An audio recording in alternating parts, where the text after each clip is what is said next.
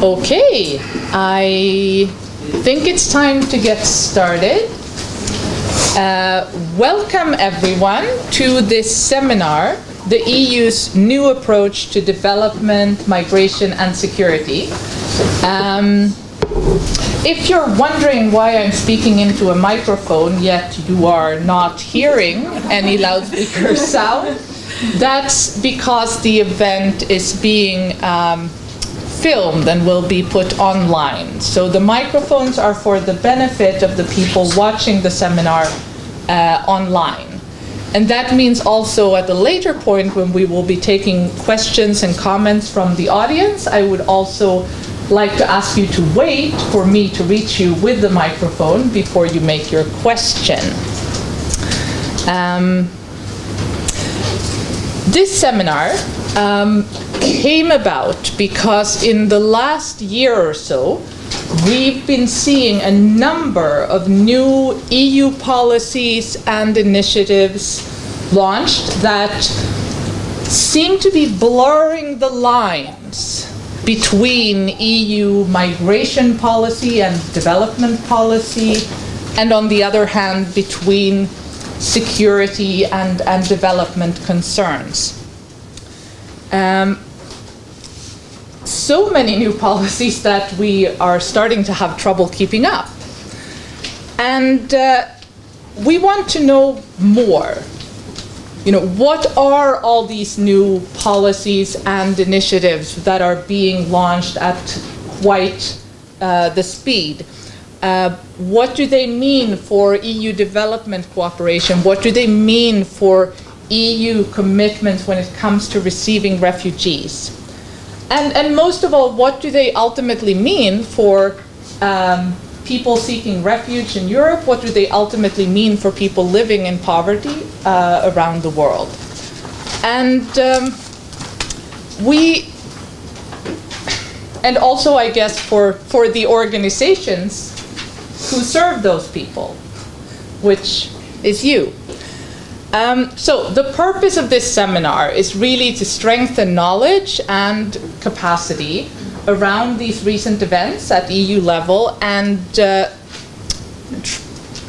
try to make it possible for all of us to better navigate and influence those policies. To help us do that, we have the pleasure of having with us here today Karen Metz, who's the Senior Policy and Advocacy Advisor on Migration at Save the Children's EU Office.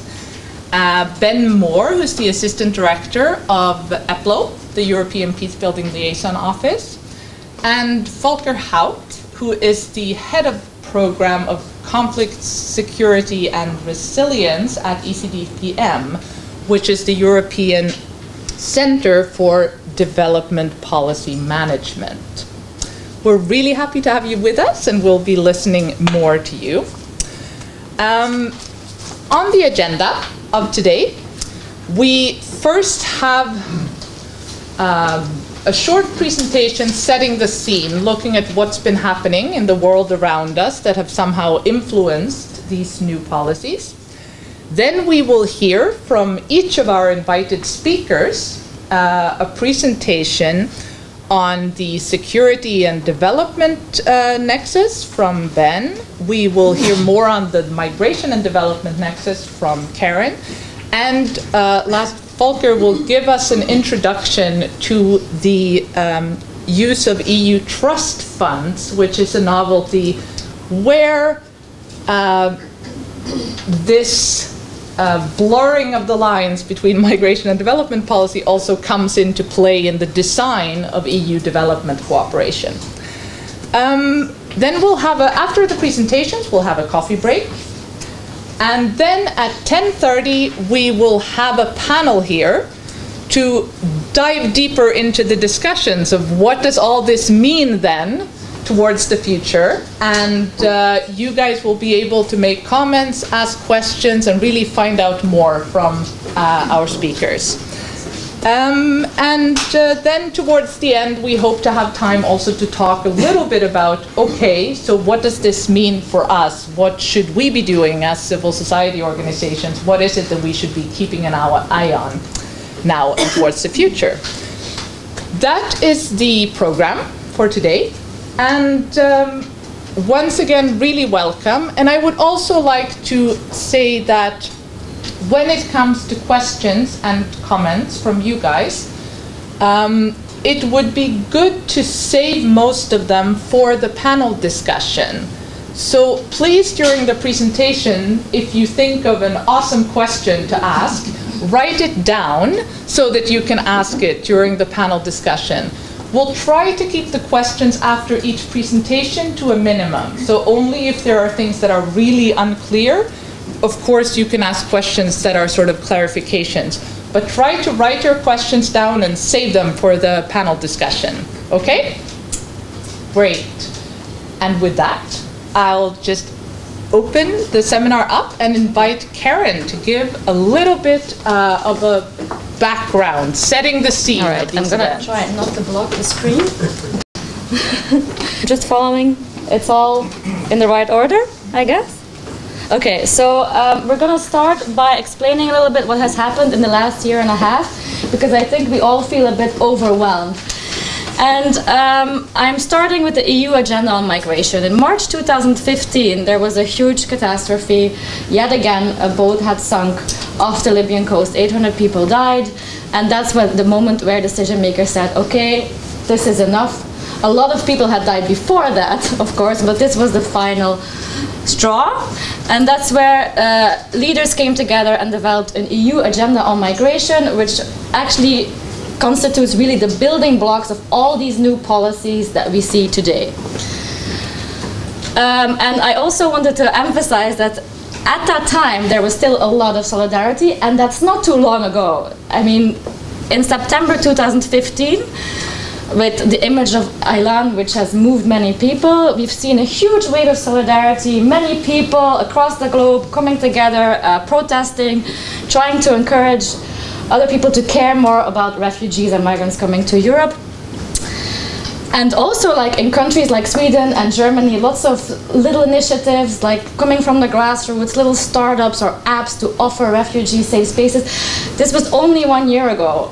So that was not too long, and I hope maybe, I just wanted to show this to demonstrate that maybe we can turn the tide as well right now. So then what happened was 13 November we had the Paris attacks. 130 died and hundreds wounded. This indicated kind of a change in the discourse. Refugees, migrants, terrorists, it all got a bit confused. A lot of newspapers also used this. I mean, one of my favorite newspapers, the Daily Mail, 7 of the 9 jihad, look at this use of language, the jihadis involved in the Paris terror attack entered Europe through Hungary by pretending to be refugees. We already saw a little bit of change, but then especially in the Eastern European countries also this indicated a shift. A few months later we also had the attacks in Brussels, and then we've also seen in Nice what happened, so there's a whole complete turnaround in the discourse.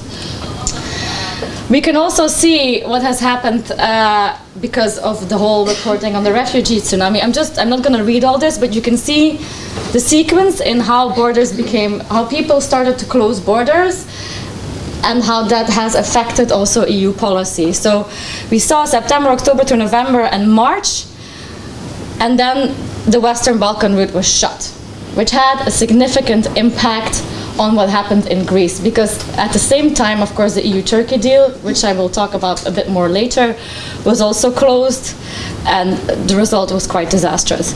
We also see on a political level that the Eastern European countries are starting to get a bit more organized. You have the Visegrad Group, who came together and issued a statement which said that they do not want to follow Merkel's open door policy. But in the meantime, and this is often forgotten, because what we don't realize, and when we talk about it, we often focus on our domestic issues, but what we don't realize is that all these countries are really in big trouble. So in Afghanistan, and I mean there was just an Afghanistan conference in Brussels, we've seen the highest level of violence since reporting started in 2009. More than 11,000 casualties, of which 1/3 were killed, actually. In Yemen, there's a huge crisis, 80% in need of humanitarian assistance, extreme malnourishment. In Syria, obviously, we know what's going on, about 9,000 dead this year, 1/3 of them civilians. Iraq, we have seen Fallujah, we have seen Mosul, about 61,900 people are displaced. South Sudan has seen a huge amount of people fleeing to Uganda because, I mean, we're not always aware, but it's mostly neighboring countries that host all these migrants and refugees. I think only last week or 2 weeks ago there was an emergency declared in Ethiopia, one of the priority countries in the European compacts. There are 250,000 children extremely malnourished in Borno and Nigeria. Also, Nigeria is also one of the key focuses of the European Union in their foreign migration policy. And so many, 280,000 displaced in Nigeria and Diffa region and in Niger. So what do we need to think about when we look at the bigger picture is the Brexit fallout. I mean, Brexit was also like a consequence of this negative discourse that we have seen developing in the European Union, based basically on not always factual truths about refugees and migrants. Two kind of positive things, semi-positive things that I wanted to mention as well were Orban, the Prime Minister of Hungary, has organized a referendum on relocation recently. And he was boasting about it. He invested a lot of money in campaigns. There was a huge awareness raising, very, very populist, extremist language being used in the public discourse. But he didn't make the 50% threshold, so the referendum wasn't valid. And this was also, I mean, of the people that voted, it has to be said that I think about 95% voted against relocation. So that still means some sort of victory for him, but he didn't get the threshold, which means that he will lose some leverage at the European stage, because Orban has been very powerful in this debate, which quite frankly is for me sometimes hard to grasp, but I think a lot of Western European countries look at him as an excuse to also become a bit more conservative. And then what we've also seen, and I think this has not really a direct relation to migration, but we had the referendum, I think it was a referendum or the vote in Poland last week about women's sexual and reproductive health rights and criminalizing abortion. And I just want to show that even though governments tend to be much more conservative, there's a lot of grassroots organizations in these countries that can make an actual difference. So this is kind of the hopeful message that I want to give, that even though we see this conservative attitude and politicians that are always saying, yes, but my constituency wants me to be conservative, we see that there's a lot of pushback from civil society. Things we need to watch. And this is something we need to be mindful of, is that there will be elections in the Netherlands, France, and Germany. Now, and we see that Geert Wilders, who's a right-wing extremist, and Le Pen, who's a right-wing extremist, trying to disguise herself as something else, but still are rising in the polls. Now, the electoral system might not allow them to gain real power, but their movements are really strong and they have a huge influence on the debate, and we see that leaders are moving to the right because of them. So this is something we need to keep in mind for the future. So here's my setting the scene. So I hope you have a bit of a global picture of what has been happening in the last year and a half. Okay. Okay.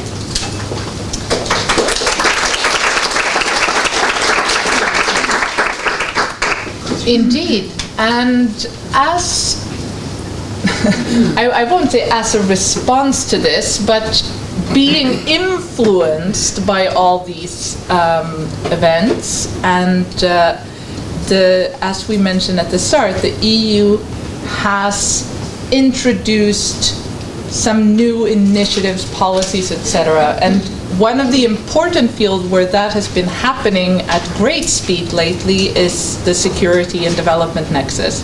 So we would like to invite Ben Moore to just give a presentation on what is it really that's been going on. Maybe you'd like to come around to this. I think it's Sorry. Very much.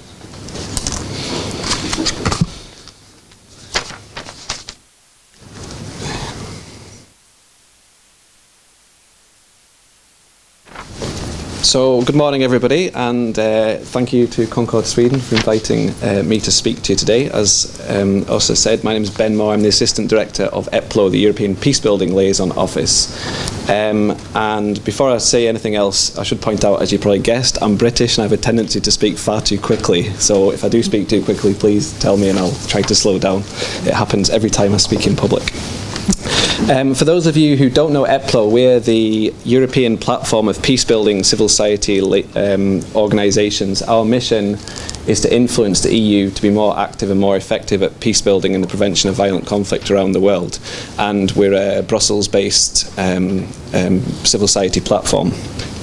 So in this first session, in my intervention, I'd like to share a few thoughts on three topics. Firstly, the changes to the criteria for official development assistance, which took place earlier this year. Secondly, the EU's new strategic framework on security sector reform, which you may be aware of. And thirdly, the European Commission's more recent proposal to amend the regulation establishing the instrument contributing to stability and peace, one of the EU's funding instruments, and to link that to the implications for EU development assistance and the security and development nexus. So firstly, regarding the, I'm sorry, I'm not going to give a PowerPoint presentation. I'm not as well organised as Karen, and I'll have as nice pictures or anything, so I'm just going to speak. Regarding the changes to the ODA criteria, the first thing I'd like to say on that is, as EPLO, I think we were largely in favour of maintaining them as they were before February this year.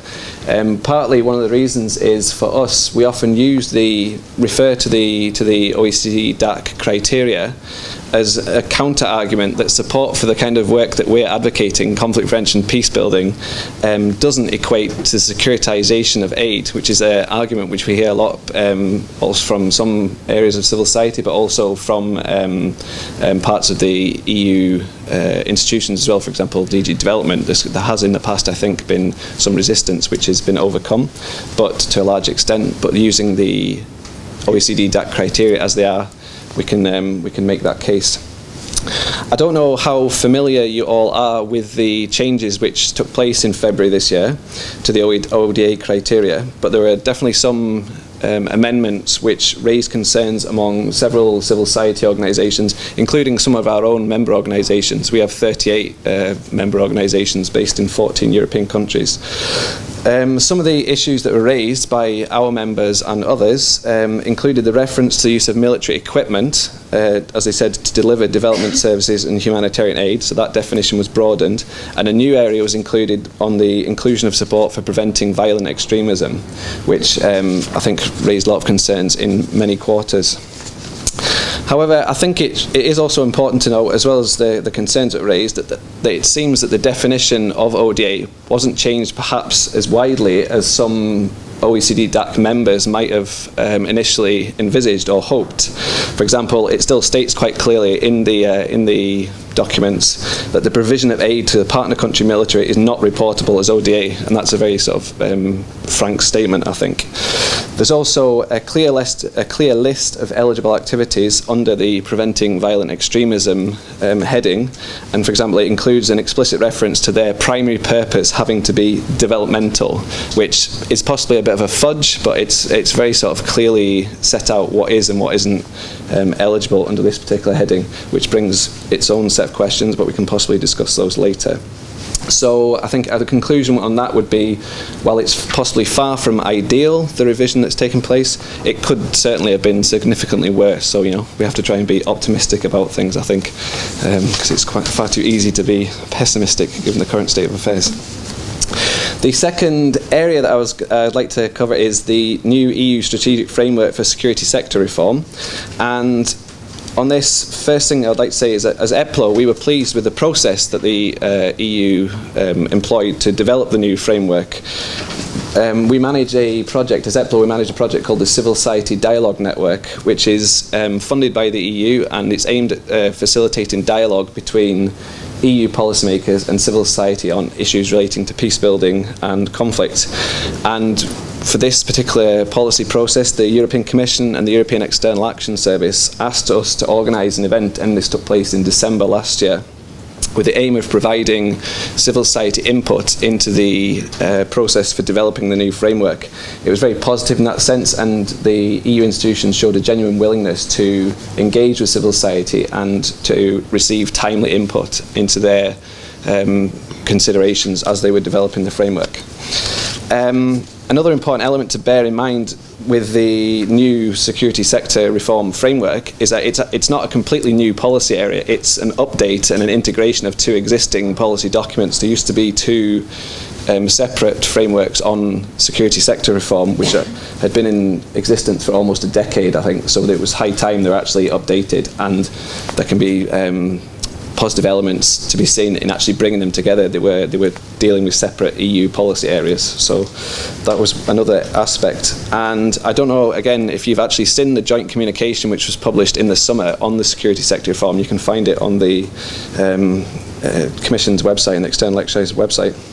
But from our perspective, we felt that it included a number of very positive elements, such as references to human rights, the rule of law and good governance, women's participation, human security, the role of civil society, the need for thorough conflict analysis, and a recognition of both the need to manage expectations and set achievable goals, and acknowledgement of the potential risks involved in supporting security sector reform, which we thought was very kind of honest on behalf of the EU to openly acknowledge it's not easy to do this kind of work and there are major risks involved. So that was another positive element. Saying that, we're not completely confident about the whole exercise. I do have some concerns about its, mainly regarding its eventual implementation. For example, from reading the communication on it, it seems to imply significant additional burdens on the EU's delegations, its various delegations around the world. And as we know, these are already kind of heavily burdened already and stretched in many cases. So whether they will actually have the resources to be able to implement it in the way it's supposed to be is still to be seen. It also seems to rely on significant levels of coordination between EU member states, so the different EU member states working in different countries, particularly fragile and conflict-affected countries, and high levels of coordination between different EU policies and actors. So, for example, between common security and defence policy missions, which exist in a lot of countries, and EU delegations managing, for example, governance initiatives under development cooperation programmes. They all kind of have to work together in a very coordinated manner, which is possible, but it also makes me think of issues regarding the implementation of what's called the EU's comprehensive approach to conflicts and crises, which in itself seems to be, there are issues regarding that, and these seem to be implicitly recognised in the EU's global strategy, which was published also earlier this year. Because if you read the global strategy, it refers to what they call as the integrated approach now, which seems to be going beyond the comprehensive approach and something new, which possibly suggests that there are recognised issues with the implementation of the comprehensive approach. My biggest concern about the new framework, however, is the following reference, which is tucked in very close to the end, and which I'll just read to you because it's very telling in itself. It says, "The EU can provide non-lethal equipment to security sector actors. This will be done within a broader security support framework for the country. The EU will need to seek appropriate guarantees that equipment will not be used to violate human rights, fundamental freedoms, or the rule of law." And this brings me to my third and final point, which is on the proposal to amend the regulation establishing the instrument contributing to stability and peace to enable the EU to support what it calls capacity building for security and development. And the first thing I'd like to be able to say about this particular issue is that my colleagues and I in EPLO, we always refer to capacity building for security and development as train and equip, which is, if you look back in the earlier policy documents from the EU, is what the EU itself was calling this particular initiative. And I think the fact that they've changed it from train and equip, which has, I think, several implications, to capacity building for security and development is quite telling in itself. And, well, for us anyway, that it possibly suggests that the aim of the objective of the exercise is possibly slightly different from the way it's being described. Because, for example, who can be against capacity building or security and development in itself? Whereas I think train and equip implies different things to different people. Again, I'm not sure how familiar you are with the actual proposal, but in our discussions with EU policymakers in Brussels, the basic argument which has been presented to us is that it's not possible to undertake training of the EU's of military actors in the EU's partner countries properly, which the EU does, for example, through its common security and defence policy missions, if those partner military actors in the partner countries don't have the adequate equipment. And the example that they keep citing to us is, for example, of not having boots. Soldiers not having boots, therefore how can soldiers be trained in certain things if they don't have proper equipment? That's just one example which is used. So that's the basic premise for to make the case that this is why the EU needs to fund capacity building for security and development. I won't go into the details of it too much because I'd like to come back to it in the later sessions, but I think there are a few important questions surrounding the new initiative, and to which I don't yet have the answers, but something we're looking into a lot. So, for example, why can the initiative why can it not be funded out of member states' own military budgets? If it's kind of a military-focused initiative, why can't member states individually contribute their own military funding to it? If you read the proposal and the other background documents which accompany it, it's always emphasised how important this is. It's absolutely vital that this is done. If it's so incredibly important, you would assume funding could be found somewhere to support it, but it seems that there isn't additional funding. Secondly, why has the Commission proposed to use the instrument contributing to stability and peace as the preferred means of financing this instrument? If you're familiar with EU funding instruments, they all have very specific objectives. The instrument contributing to stability and peace is already quite broad. It has, I think, 19 or 20 priorities within it. This has just been added in. Why then should it come under this particular instrument? Again, if you read the accompanying documents to the proposal, there's lots of arguments made. I think some of them are quite weak. And some of the conclusions that seem to be drawn is it's easiest to do it through the ICSP, as it's known, the instrument, which I don't think is necessarily the best argument. Is it really the ideal means of doing it, or is it just legislative in terms of legislative procedures, the simplest way of doing it? I think that's not necessarily the best argument to make. Another question is, where will the additional funds come from? The Commission's proposing to use, I think, 100 million euros over the next 3 years for this particular initiative. So far, it seems unclear where it will come from, apart from heading 4 of the EU budget, and the heading 4 is the external relations part of the EU budget. It doesn't specify directly where it will come from. And finally, in terms of questions, why is the list of activities to be supported so vague? If you read the proposal, it includes a kind of negative list of it shall not be used to support X, Y and Z. It doesn't actually specify explicitly what activities will be funded. So that needs to be answered as well. As I say, I'm planning to come back to this issue later on, but just to highlight that a number of CSOs, including EPLO and a number of our member organisations, have already raised concerns about this with EU policymakers, and we're also planning to be doing lots of advocacy on it in the coming months. And final point is that a number of members of the European Parliament have also raised concerns about this. We've been approached ourselves, and I think others have as well, because they're looking at this very closely. So I think we're not the only ones. And I'll stop there, I think. So thank you very much.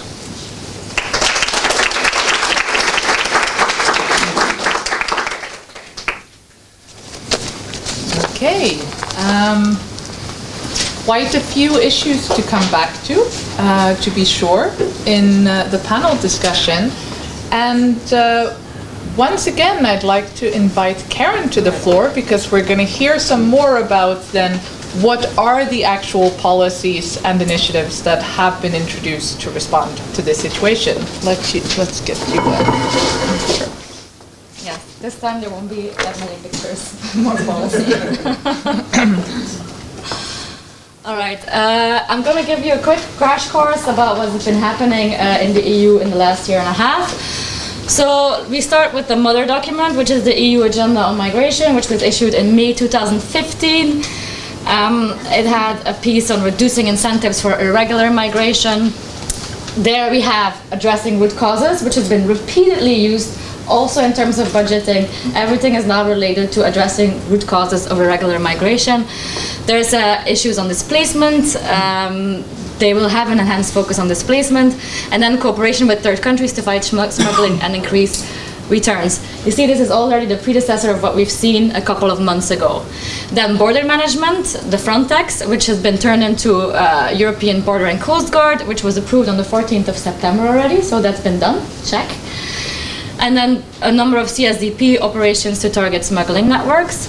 A wholesale reform of the Common European Asylum Policy has been announced, which is ongoing right now at a fairly quick speed. The whole relocation resettlement scheme was announced as well, which, well, so far has not been so successful. The principle of safe country of origin and safe third country, which has alarmed a lot of people. And then, yes, so the SEAS was Dublin, Asylum Procedures Directive, Reception Conditions Directive, the Resettlement Regulation, and the Qualifications Directive, most of which have been turned in regulations, which means that they can be directly applied to your own national context. And then there was a piece on legal migration with the Blue Card Directive and to modernize visa policy, but after that, we've not seen too many initiatives coming out about that from the Commission.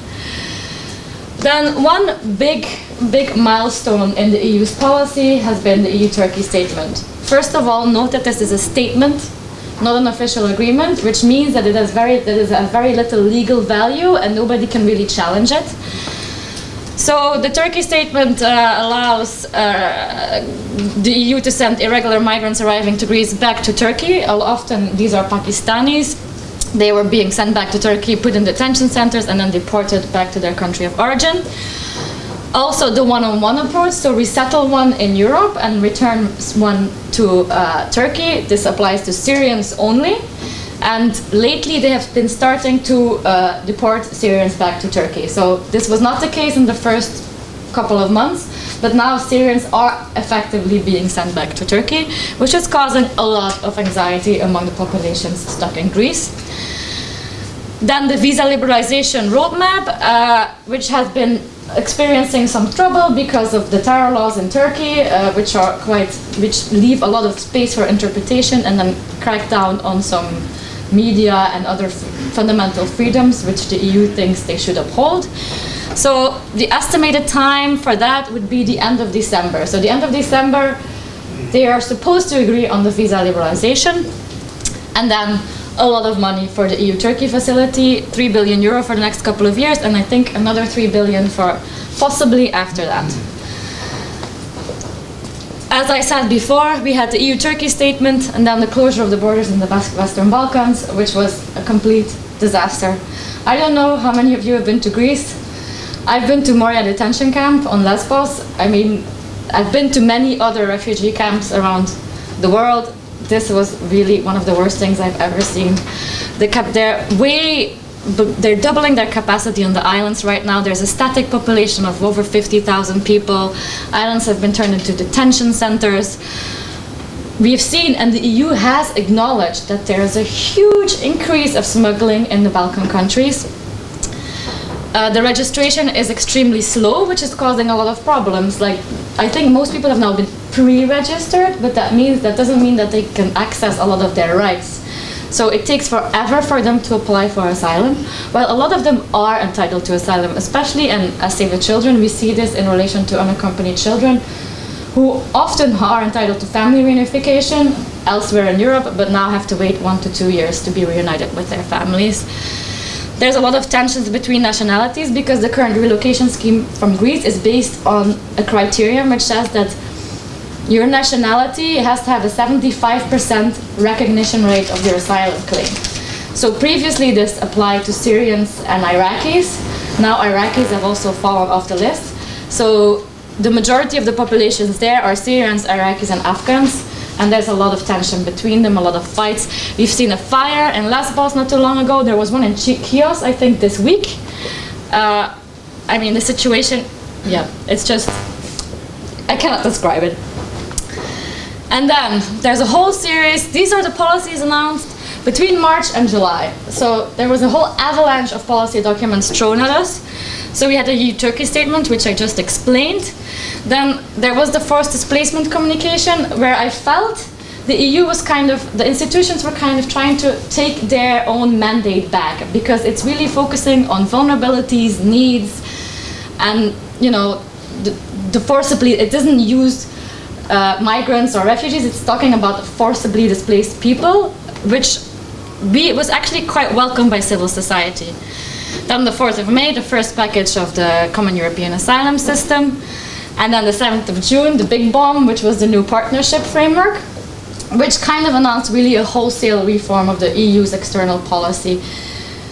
And something I need to note there is that what we've increasingly noticed is that the EU's foreign policy is being written by the Justice and Home Affairs Department. Maybe you notice this in Sweden as well, I don't know, but this is something that's very telling. Then the global strategy on the 28th of June, and then the 13th of July we saw the second package, the asylum procedures, reception conditions, qualification, and resettlement regulation. Now I've outlined some general trends. The thing that struck us is the speed at which all these documents were coming at us. Also, a wholesale reform of your asylum system. The asylum system was reformed only 2-3 years ago. So now they're doing all of this again. There are no impact assessments. It's really driven by a political agenda. What we see in the proposals as well is that there's really a punitive approach that looks at the asylum seeker. I mean, what is mainstream through the proposals is that when an asylum seeker arrives to a country and then it moves forward, then there's a whole set of sanctions focusing on the asylum seeker. But it doesn't take into account that a lot of countries, like Greece and Italy, don't always have an interest in keeping them there. So they're not always provided with good reception or information about their rights, so they don't really know what's going on in many cases. Still, they will be punished severely. Then again, the country of origin, safe third country principles. What we also see, and what we've recently noticed, is the externalization of borders. The EU is increasingly looking at countries like Tunisia, Egypt, Niger, Algeria, Morocco. What they want to do is, because Libya is turning into a humanitarian situation is really bad, they want to create some sort of cordon around Libya to make sure that people don't reach Libya and then get smuggled into Europe. And then migration conditionality. Now, they don't call it conditionality, they call it leverage. But it is conditionality. So a mix of positive and negative incentives will be integrated in the development and trade policies. So this is really what it is. A big focus on return and readmission. Only last week, the joint way forward between the EU and Afghanistan was agreed, which is essentially a readmission agreement, but packaged as a political declaration, which allows for the deportation of a lot of Afghans, also children. And then, yes, we see the focus on defense, security, and borders. I'm not going to read all these quotes, but it's just to give you an idea of what is actually in this new partnership document. So just to see that development should be used for border control, asylum and counter-smuggling, that these compacts will be the key agreements between these countries, between the EU and these countries of origin. So, you know, defining their whole foreign relations. To be quick, they will not go through the formal readmission agreement procedure. They actually say that in this document, so we should have seen this thing with Afghanistan coming. And this is something important for Sweden as well, that member states which have already some historical or good bilateral relationships with some countries will be very involved in developing these partnership agreements. So there's some sort of coordination mechanism being set up between the member state that has some sort of preferential relationship and the EU and the third country. So this is where your national advocacy can play an important role. So, and this is one I already mentioned. So here I'm saying the externalization of borders. A lot of issues also to do with funding. The Asylum, Migration and Integration Fund, which is actually a domestic fund, is now really being used for projects in these countries, focusing on cross-border protection sometimes, or just providing services for third country nationals in these countries. But countries like Tunisia and Egypt already have a lot of internal problems by themselves, and they don't always want the EU to intervene. So we see a lot of focus on local communities and building local capacity to sort of bypass the national governments. Yeah, so the externalization of borders obviously carries a lot of risks. I mean, we cannot track what is happening outside of the EU. Some of the jurisdiction doesn't apply. We cannot deliver humanitarian services as well. We cannot always advocate. I mean, we are not very present, for instance, in centers, detention centers run by IOM in Libya. So it's difficult for us to advocate on behalf of refugees, migrants that are there. Then, in terms of reaction, we saw the partnership. We have reacted with a statement which was signed by 140 NGOs, many of which I guess are also in this room, to outline our basic principles, and I think we should keep repeating these basic principles. And if we get the argument back that there is no migration conditionality, you can always refer to this communication which outlines the conditionalities that are being implemented. There's a sense of urgency here. I've read some draft council conclusions, and and Mogherini is asked to present the first compacts by December. So they need to be closed by December. So the priority countries are Niger, Nigeria, Mali, Senegal, and I'm forgetting one. Anyway, so it's important to keep your government accountable, because how can they do due diligence in such a short time frame? This is about trade, education, aid, humanitarian and development. I mean, it's a lot of things mixed, and by December this needs to be ready. There's a lot of focus on results and not a lot on actual needs.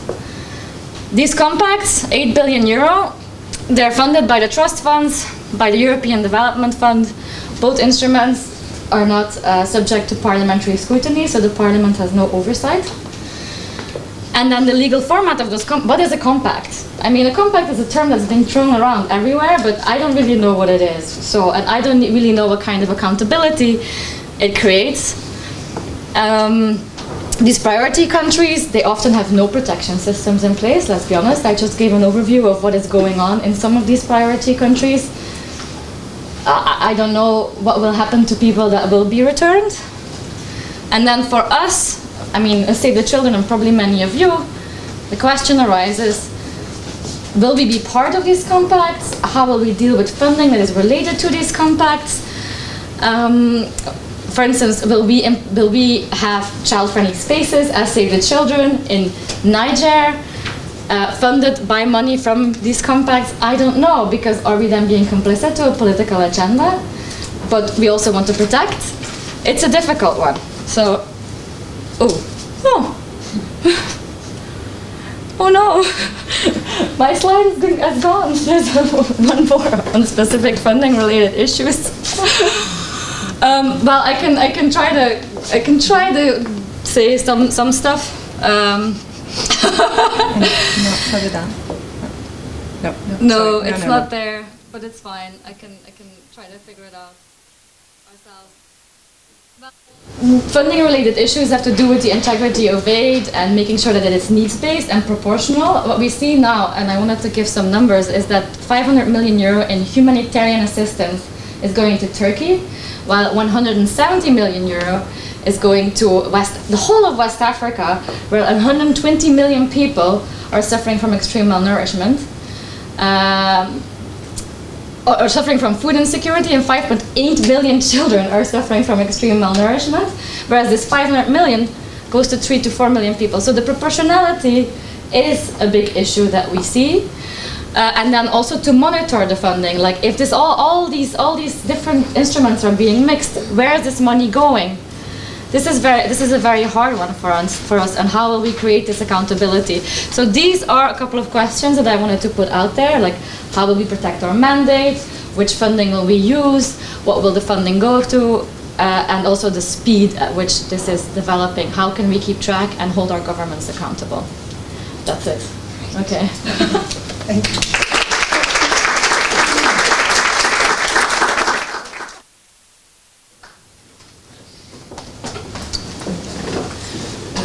Thank you very much, Karen, for giving an overview of a really, really big topic with so many new things to cover.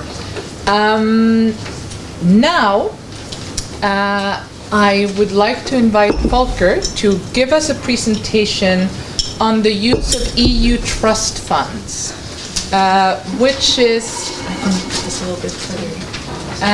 which is something, a tool that has been fairly recently introduced by the EU, and we're curious to find out what are the trust funds, how are they going to work, and how do they connect to these issues of migration and security concerns of Europe. So hopefully we'll get a little bit better insight into that.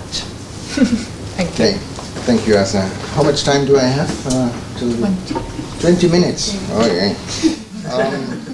Please tell me where I am in between. Good morning, everybody, and thank you very much for the invitation. You have been really bombarded with lots of information. So now I have another series of points I speak to. I don't have a presentation, and I was asked to speak on trust funds, but I think we need to differentiate there a little bit, and I will come to it. Let me first say, I work with ECDPM, European Center for Development Policy Management. We are a policy institute. We define ourselves as a think and a do tank, and we are not part of Concord. We are not part of EPLO. We are not an advocacy organization. We were set up 30 years ago, really also to facilitate a better policy understanding and also understanding about the implementation of policies between Europe and the ACP. Since the last 10 years, we focus primarily on Europe-Africa relations in different domains, and one of them is also peace and security, resilience, and related issues that are dealt with by various programs within ECDPM. We work a lot also with the program dealing with EU external action, and when we talk about EU trust funds, it is of course one of the financing mechanisms. I just say financing mechanisms. It's not an instrument, it's a financing mechanism to implement also policies and also feed into quite a number of dramatic changes that we see over the last months. We are not talking years, we are talking about months. I don't know whether it has been sent to you in November. We published a briefing note on EU trust funds. I have some copies here, but I still would like to know for whom the topic of trust funds is new or fairly new. Then I have a bit of an indication on where to start. New or fairly new? Okay, okay, good. Thank you. Within my program, we work quite a bit on the whole topic of enduring or protracted crisis, how the EU is dealing with that in terms of funding, in terms of implementing, in terms of accompanying. This is more the European side, but we also look into the African side and work around the African peace and security architecture, also partially the funding, but also the monitoring and implementation. And I have some other publications here as well of what we have been doing recently. Now, the topic this morning is very much related to migration. And there is this trust fund that is, the full name is Emergency Trust Fund for Stability and Addressing Root Causes of Irregular Migration and Displaced Persons in Africa. Now, this is just one trust fund of several trust funds there are. And the EU in the past, up to 2013, always paid money into trust funds of the World Bank or also other international donors. And then as part of the reflection on how can the EU become more active on its own and also be more directly involved in certain crisis and crisis response, development-related activities, why not having an EU trust fund? In 2013, the first decision was taken to establish EU trust funds. And the first one that was implemented was the Beku Trust Fund for the Central African Republic. And it was starting as of 2014. And as you know, there was a transitional government in Central African Republic. And it was earlier an orphan, one could say, with the French government having a strong interest in the rehabilitation, but not only on its own. So the trust fund provided for an opportunity to solicit other EU member states to come in. And it was then funded by the EU, by France, by Germany, Netherlands, Italy joined later. And it was very much focusing on this bridging between the emergency situation, also trying to stabilize the country, making linkages to longer-term development. So it had its very own character. The other trust fund that was set up a bit later was the Madad Trust Fund for the whole Syria situation, Syria crisis, refugees. It has much more of a humanitarian character. And this Madad Trust Fund is also highly funded. It is also funded from different EU member states together with the EU. But it is much less contentious than the so-called Africa Trust Fund. And then when we talk about the Africa Trust Fund, and this is what I want to focus on a bit more, because it's also in terms of the amount of money that is going into this trust fund, it's quite substantial. Then we also need to differentiate into three windows.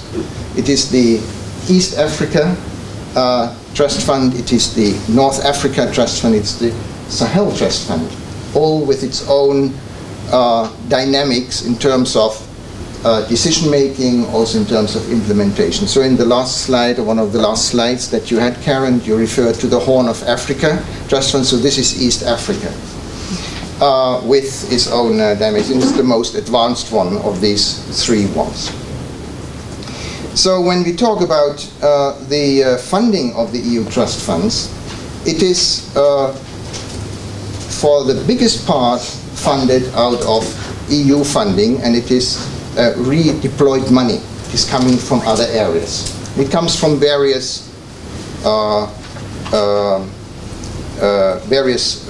funding instruments, and for a substantial part also for non-used and non-decided regional EDF funding from the European Development Fund.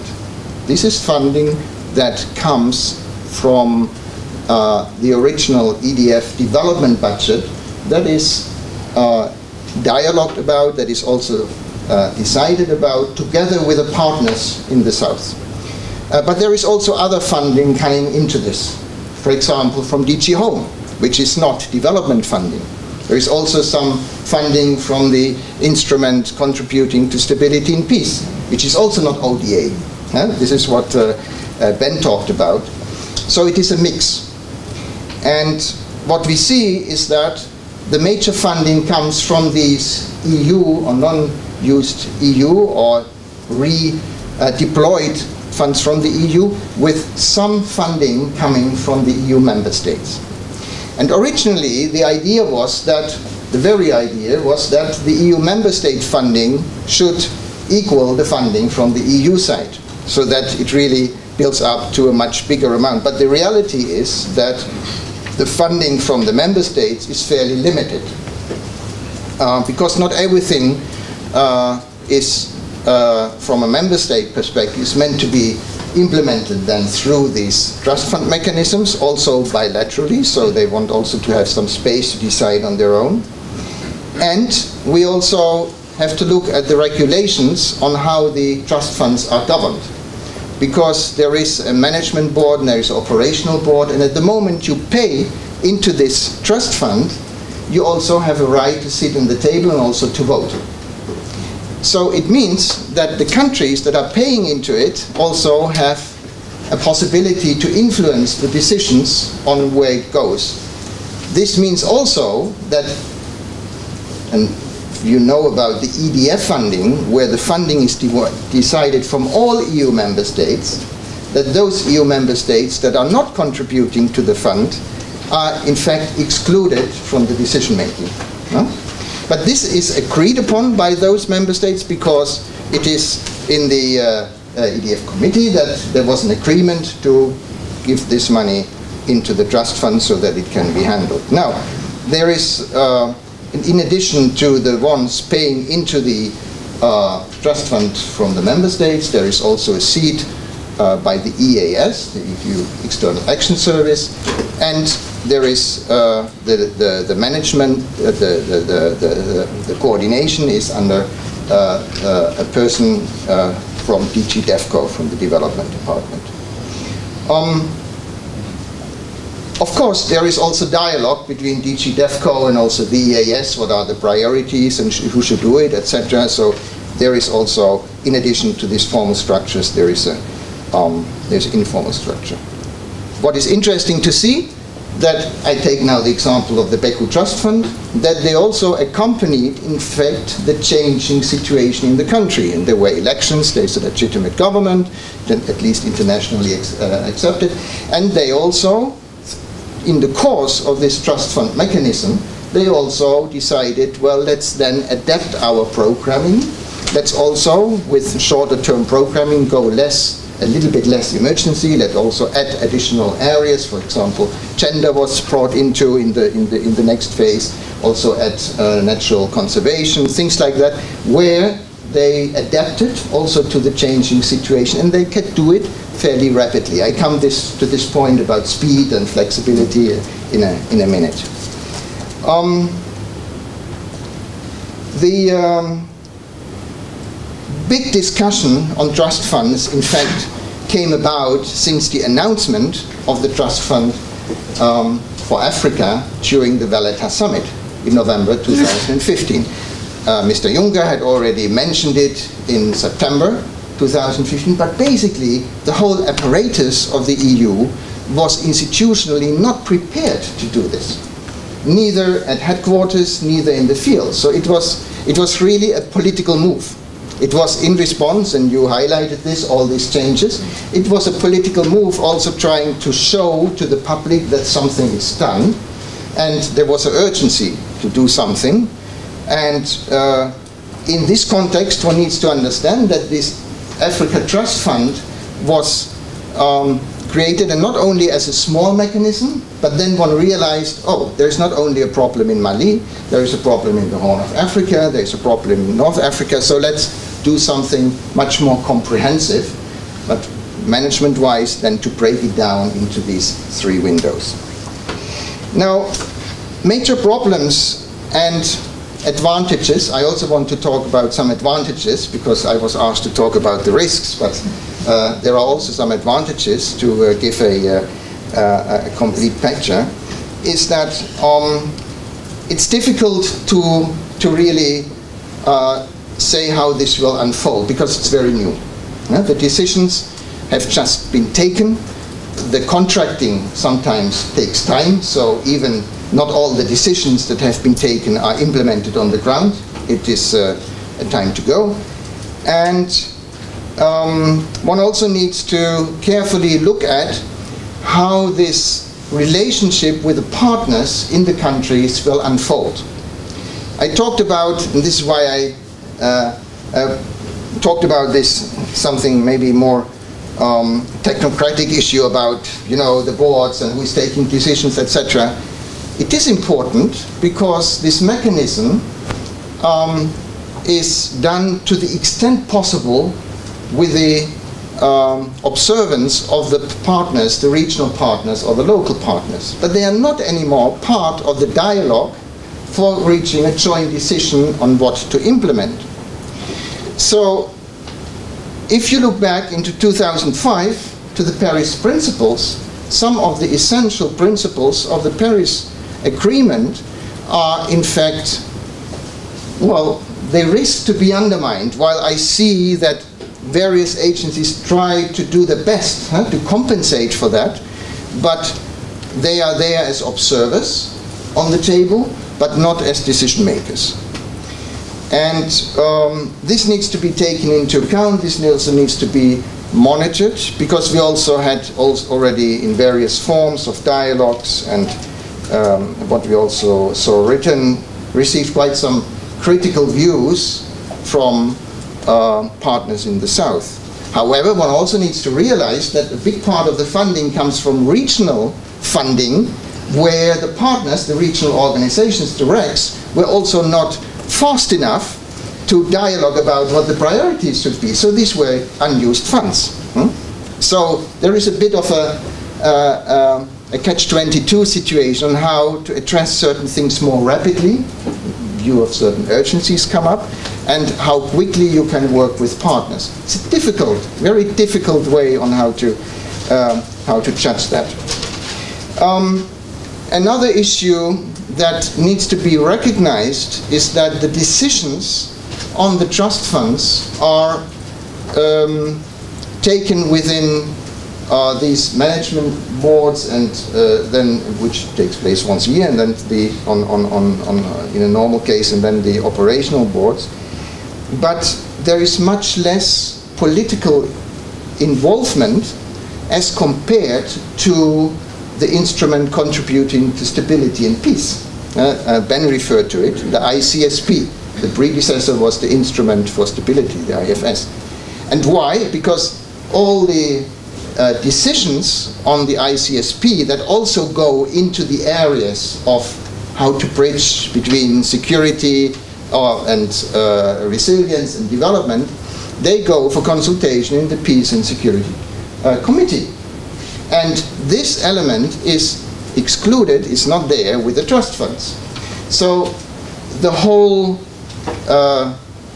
joint reflection, decision making about this has a less, this is in terms of looking at from the outside and looking at how transparent it is less transparent in this domain than the ICSP. The other thing is that the trust funds have, and I mentioned the regions, they have certain geographical foci, and in some of these areas there is also there is funding used from the ICSP for these areas, sometimes not very clear when to use this crisis response instrument, sometimes the trust fund is used, so not really clear where this goes into. And this is due to the fact that both of these, one, the instrument and then also the financing mechanisms, and as Ben said, can fund a very wide range of activities. And these activities can go from security sector reform, border management, to economic development, to resilience support, to mediation, to supporting also electoral processes. Very wide, it's a very wide list. And this has advantages, definitely it has advantages, because if you realize that in these highly unstable situations, the situation is very fluid, where you need to have an opportunity to adapt quite quickly to situations where there are less structures, where there are more uncertainties, where orderly processes are much more put in place. And then when you have a funding mechanism or an instrument that can go into different areas flexibly, but also fairly quickly to respond, then you see also the difference with the ordinary development cooperation instruments that take sometimes, certainly if you look at the EU, very long to materialize and to get implemented. So talking about problems or issues to look at, these are just some points, but I can mention a couple of others. And one of them is the institutional setup. The institutional setup of the EU to handle all of that, to do these changes. I mentioned that Mr. Juncker announced this politically end of last year, and the apparatus was not prepared for that. So they had to recruit additional people for these positions, and they are put up in relevant delegations. I know quite a number of people out of my network who are now, 1 year later, who are now put in place, just to start with it. So it's very new. It's very new with also a lot of learning to take place, what exactly is happening, and also how is the apparatus, when I talk headquarters, with the delegations, with the EAS, with the member states, how do they all interact? So there where Ben said, I don't know exactly how this is done human resource-wise, but there are, I think, 35 positions that have been extra created for this purpose.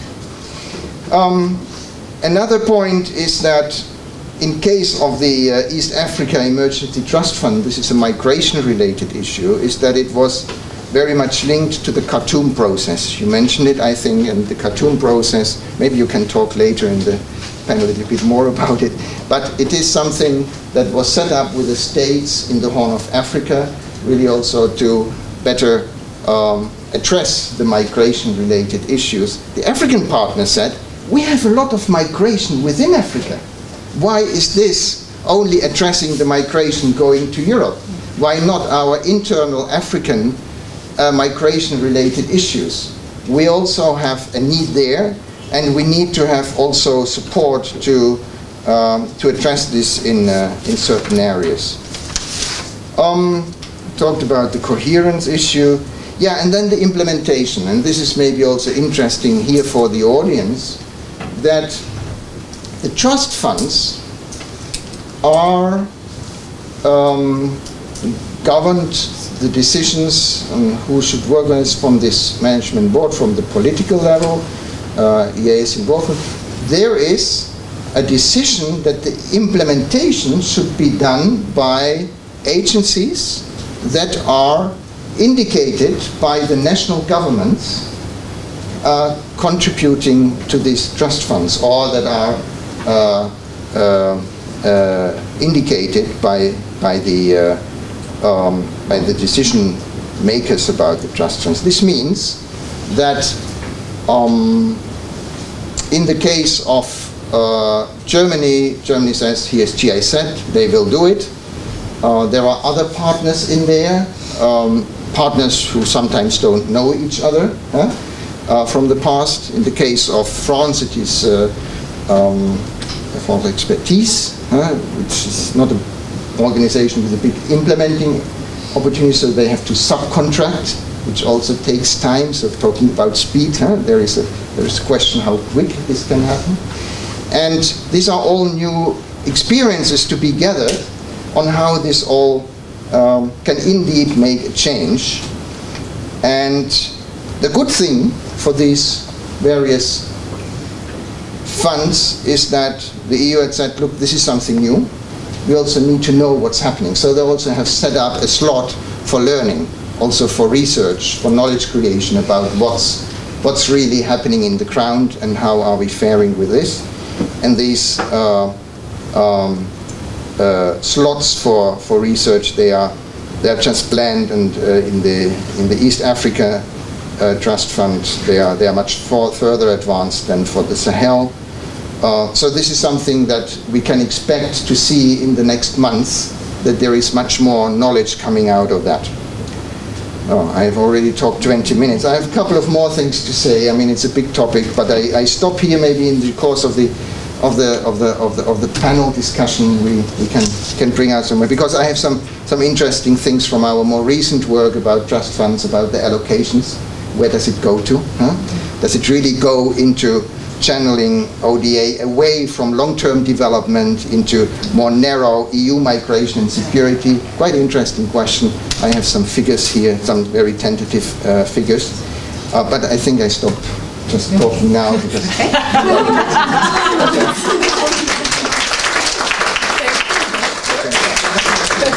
Way to go with leaving everyone with a teaser for the panel, so no one escapes in the coffee break. That's excellent. To keep you in the room. Exactly. We will shortly take a coffee break. I just want to check, because we've been listening to some really fact and information-heavy presentations. Is there anyone who has sort of questions that are more in terms of just clarification, or something that you didn't really, get that you would like to have stated again before we go to coffee break, or are you happy to save your questions until after we come back? Okay, excellent. Then we'll take a 15-minute coffee break, so please see you back here at 10:30.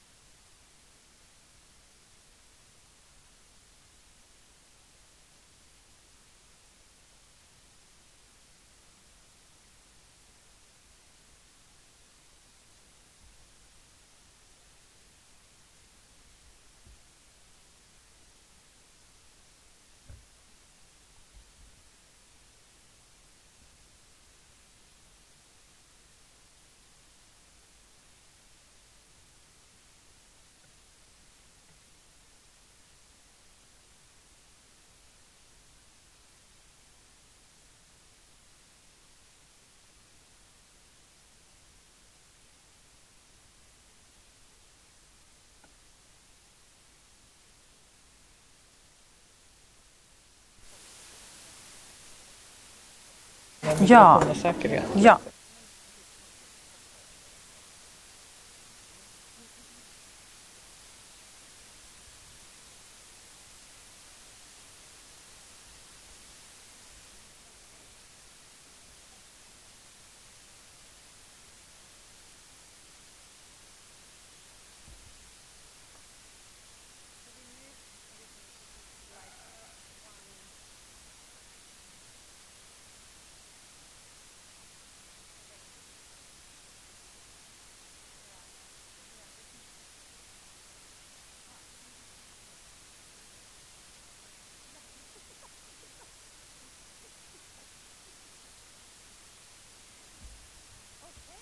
Välkomna tillbaka. It's going to be in English, sorry.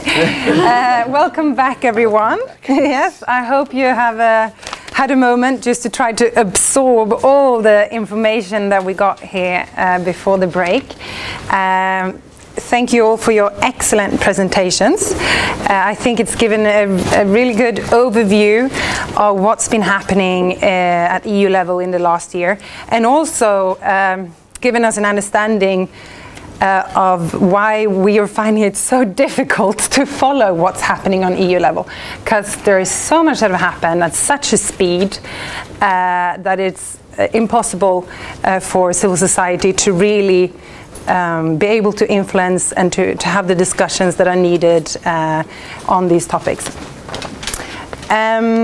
We're now going to dig deeper into these issues, and I'm going to start off by asking each one of you to sort of pinpoint what the most severe consequences might be for the direction that is happening in the different policy areas. And then we will also talk about what this will mean for the future of EU development cooperation. And then, of course, I will also let you ask questions to the panels, so not to worry, there will be plenty of time for all of you to ask your questions as well. I'm going to start with you, Karen. Okay. And I mean, you told us about the multiple reforms. I think it was very telling, the lists that kept coming on the reforms that the EU have launched this year in regards to migration. Maybe just if you could tell us, what do you think are some of the most severe consequences that these reforms will have for people in need of protection? And is there one reform that has been particularly harmful, or is it rather the total sum of all these reforms? And also, maybe to reflect on what you mentioned here, that the speed that we have seen, how does this influence our ability to react? How does this affect, let's say, the European Parliament's ability to do their job? Some of these agreements are not legally binding, but rather political deals. How does that play out with the Parliament and the Member States? So there's a couple of things to get on with that. Okay. Should I? Yeah, okay. I can do it like this? Yeah. All right. Okay, for me, one of the particularly harsh measures that was implemented last year was the EU-Turkey deal in combination with the border closures. We've seen what such a policy does to a country which is a European country, which should kind of already have established mechanisms to deal with such a thing, and we've seen the humanitarian disaster that unfolded. I mean, some of our organizations also couldn't keep track in delivering services to these people, which are living in really the most inhumane circumstances. I mean, Lesbos has a capacity of 3,500 and is now has 5,900 people. Chios has a capacity of 1,100 people and is hosting more than 4,000 people. So if we want to implement similar deals with other countries, we can only guess what the effect will be. We already see there are already detention centers in Libya, which we don't really follow. And now, last week, the joint way forward with Afghanistan was closed, which allows for 50 deportations per day to Afghanistan, and which allows for the return of failed asylum seekers, but also children and families either to areas where there are adequate reception conditions. So if we look at what adequate reception conditions are in Greece, we can only guess what that will mean in Afghanistan. So I think that was really a key moment, like where the shift happened, when they saw, oh, we can use our leverage because we have money, so we can use that to get some concessions from other countries. Another consequence of this might be is that you're working with regimes that are quite questionable, and they will use vulnerable populations as some sort of leverage also to get concessions. This is already what we see, because, for instance, Sudan is one of the target countries, and then you think, I don't know if I would trust the leadership of Sudan with these kind of decisions. So, and this might even lead to more problems in the long term. And you have to acknowledge that aid is often what differentiates peace from war. You know, aid can often create some sort of status quo where people are just happy enough that they don't revolt or that there's no conflict breaking out. But if you're going to divert aid to countries that are migration priority countries from other fragile contexts, then that can create other conflicts elsewhere, and that can create new streams of refugees or migrants or people that are in need. So I think we should be really mindful that development and humanitarian assistance is going to those that really need it, and that we're not only looking at migration considerations, because I think in the long run this will not provide a sustainable solution. What was your other question? I don't know if I answered all of them. To reflect on the fact that there's been so many proposals launched at such a speed that we're not able to follow up and to give our view from civil society, but also there has been a lot of not legal agreements, but deals that are political, which means that the parliament is not really being involved in all of these decisions either. What does this mean in terms of transparency, inclusive decision making? Well, these deals are closed for that particular reason, because they don't want to have parliamentary involvement. Readmission agreements, the official ones, they exist, but they're often a long and tedious process which involves a lot of parliament action, and so they want to avoid this because of the speed. So what you can do is also make sure that your members of parliament are aware that this is happening, and that they kind of reclaim ownership as well of these deals, because this needs to be part of the public sphere. Also, if we think about it, and I mentioned it in my presentation, by the end of December some of these deals will be closed. How can they guarantee due diligence? Which impact assessment is this based on? Which needs analysis are these policies based on? We are completely unaware. We're completely unaware. We don't know what is happening at all. So really, we need to encourage transparency and involvement, and try to make sure. I don't know what a compact. I mean, ask what a compact is. I don't know it either. So I'm trying to figure it out. We're meeting some people from the Commission as well next week to get a better idea. I think most Commission officials also don't really know what's happening. A lot of them have also been caught by surprise by this really political. It's the member states that are imposing this agenda also a little bit on the Commission. We need to take that into account. So I think there's a lot of possibility in the member states to also try to get some clarity. I hope that answers your question. That's good, and it gives us an idea what we can start thinking about doing. Yes. In Sweden. So I'm going to move on to you, Ben. I mean, you've been telling us about the changes in definition of ODA that took place at the DAC meeting earlier this year, and then also about the changes that have happened in the EU in relation to development connected to security reform.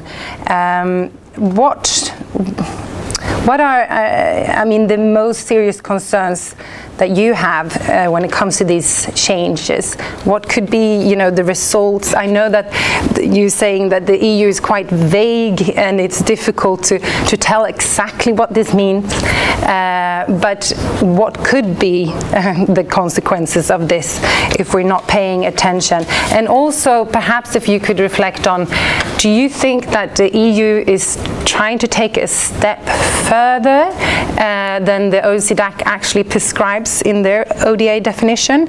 Are they kind of stretching this definition a bit more than what was intended from the DAC? Okay. I'll try. I think I'll try and answer the second part of the question first, because actually that was something that somebody had asked me, one of the participants had asked me during the coffee break just now. So has the EU gone further than, in its definition of ODA, than perhaps was intended by the OECD, or was the agreement early this year? And I think on this there's possibly some confusion, especially surrounding the proposal for capacity building for security and development, which I talked about in the first session. And to give you an example, a couple of weeks ago, the EU Commissioner for Development was speaking in the European Parliament. It was an exchange of views with members of the European Parliament's Committee on Development about the revision of the European Consensus on Development, the overall EU policy framework. And he was asked by several MEPs about this new proposal, and I watched it. It was streamed, and you can go back and find it on the European Parliament's website if you're interested to see what he said. But he talked about red lines in this particular approach, and mentioned ODA criteria and several other points to reassure MEPs about the nature of the proposal. But my understanding at the end of it was, from what was said, was that capacity building for security and development would be DACable, so would be eligible as ODA. It may be that wasn't the intended conclusion, but that's what I understood from watching it. And as I say, I invite you to watch it yourself and decide. One thing I should add on that, though, is possibly it's not perhaps the most important question, the eligibility of it. And the reason for that is something I think Volker alluded to in the first session, is the instrument contributing to stability and peace has a very specific legal basis, has a dual legal basis, the development cooperation article of the treaty and the economic, financial and technical assistance article, two different joint legal bases. So it's different in that sense from other EU funding instruments. For example, the development cooperation instrument, it is a different instrument basically. So perhaps the issue of DACability comes into it in a slightly different way. For me, what's potentially more important is the EU treaty, the Treaty on European Union, particularly Article 41.2 of the treaty, and without getting into too much legal articles, but it's been argued, has been argued that that article prohibits the funding, I need to read it, funding of common foreign and security policy measures with military or defence implications from the EU budget. So funding from the instrument contributing to stability and peace is EU budget funding. It's not like the European Development Fund, which has been mentioned already. It is directly from the EU budget, so there's potential implications there. And what I understand is that the EU institutions' various legal services, so the Commission's legal service, the Council legal service, the Parliament's legal service, are all currently looking into the legal implications of this current proposal. And it's possible that the proposal might have to be scrapped in its current form at least.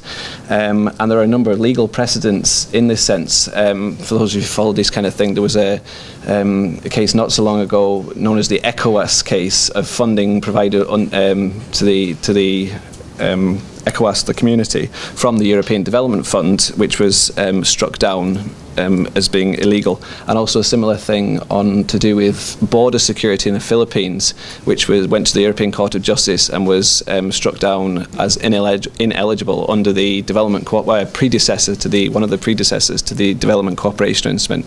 So is it possible that the Commission may have to withdraw its own proposal?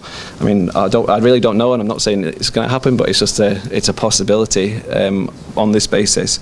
And you could argue that possibly stranger things have happened. If you look recently on a completely different case, the proposal to do with roaming charges, completely different policy area, but there was a proposal made, and almost as soon as it was on the table, it was taken away again because of the issues to do with it. So watch this space. To go back to the other part then, regarding the possible consequences of the proposal, and I think in this sense risks we can talk about as well. Firstly, on a general level, a risk to the EU's future funding of other peace building and conflict prevention activities, and we can't say we have no interest in this, but including civil society-led peace building activities as well, because from all the discussion so far, it certainly doesn't seem that there's additional funding available to compensate for the funding that will be used for this particular activity. In addition, in this area, the proposal to amend the instrument contributing to stability and peace is basically been presented, I think, as a stopgap measure. So it's to cover the period from now until the end of the current multi-annual financial framework in 2020, after which I think the Commission and some member states would like to see a more long-term sustainable solution put in place. And then this, whatever it is, could have even worse or more serious financial implications than the proposal which is currently there. More importantly, I think, so EU funding itself aside, and the integrity of EU funding for the EU's partner countries and the ultimate beneficiaries of EU development assistance, if the proposal goes ahead in its current form, the EU could potentially become an exporter of military equipment, the EU itself, rather than EU member states. And I think this begs a number of important questions. For example, how will this be properly monitored?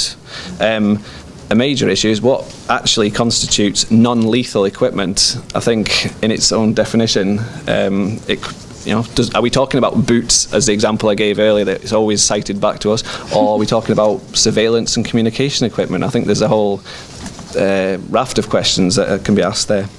And then another question is, how can the EU ensure that its resources aren't abused? I quoted the part of the security sector reform communication where it talked about, the EU will have to seek guarantees that it's not used in abuses. And so if its own equipment was then used for abusive measures, would the EU be complicit in human rights abuses itself? So these are all issues to be considered. And I think I've probably raised more questions there than I've actually answered, so I apologise. But just to finish off by saying, I think, as I was writing and preparing it, thinking, perhaps it makes you sound kind of a bit paranoid, perhaps, by asking all these questions. But I think one thing is, I know for certain that we're not the only ones who are asking these questions, and not only us and our members, lots of organisations. I mentioned the European Parliament already. And the fact that so many of the arguments surrounding this proposal, to me, perhaps spurious is too strong a term, but at least very weak and kind of questionable and leaving a lot unexplained, makes me question it even more, potentially. I'll stop there, thanks. Okay, great.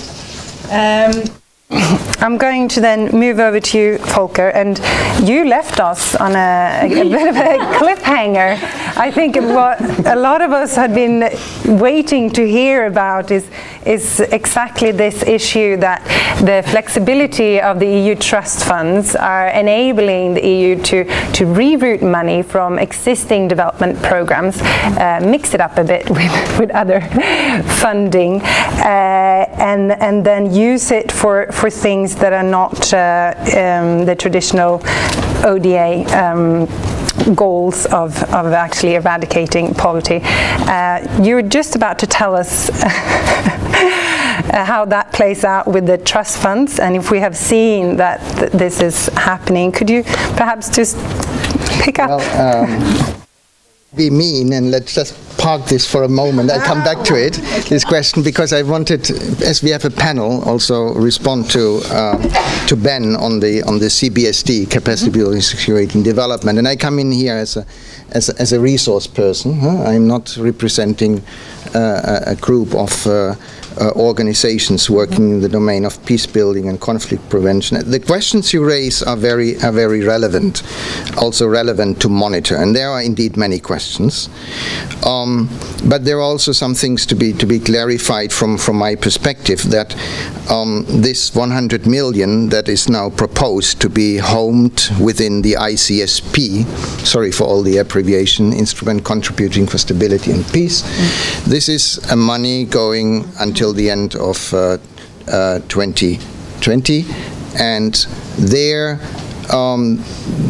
DACable, no, the ICSP is not DACable, so as such I think this can be answered as a no. The other thing is the legal implications. That's a very complex issue that I do not touch upon. I just can communicate that there are two different schools within the legal departments, within the EU institutions. One use the article you mentioned, the other one use another article, and they can't agree. If you want to know a bit more about it, you can read in one of the publications that are here on the funding of the African peace facility. There's an annex there, and it highlights what are the articles and where the different perspectives are coming from. So what you say is true, but there is also another school, and it's really now waiting how this proposal is assessed and whether the council agrees with it or not. It is money. Yeah, boots for the soldiers is often used. There are also other examples, like building barracks for them so that their families are somewhere homed. What is an issue in situations of flux, of also intense change, is that the whole issue of where is the military as a very prominent actor in such unstable situations, where is it positioned in this change, and how can also civil society take account of that and also play into this from a positive perspective. I have an example from Burkina Faso, where I know that there is a network of intellectuals from Burkina Faso, also some neighboring countries, and Azerisid it's called, and they said, well, after these changes, we also realized that we have to start the civic military dialogue. We need to have also access to them so that we also can bring about some mentality change in this new situation that is highly unstable, and where we see also a role for not overlooking this factor. In the case of DRC, I saw that EU funding through the Instrument for Stability was used for supporting the prosecution officers of the military in Eastern Congo for mobile courts to go out from Goma into the areas that are far away to go against impunity, and also treat suspects that are accused of committing human rights violations. Well, you could say this is a case somewhere in the gray zone. It is because it is working with the military, because this normally should be homed according to the Rome treaties, Rome agreements. It should be homed within the civil juridical services. But the juridical civil services are extremely weak in this country, and the ones that can also empower certain policy and also address the issues, and they are the ones from the military side. It's a real thing in between. And what has the EU been doing? They were funding these mobile courts so that they could go out of Goma once or twice a year, and they were out for like 4 to 5, 6 weeks in different places.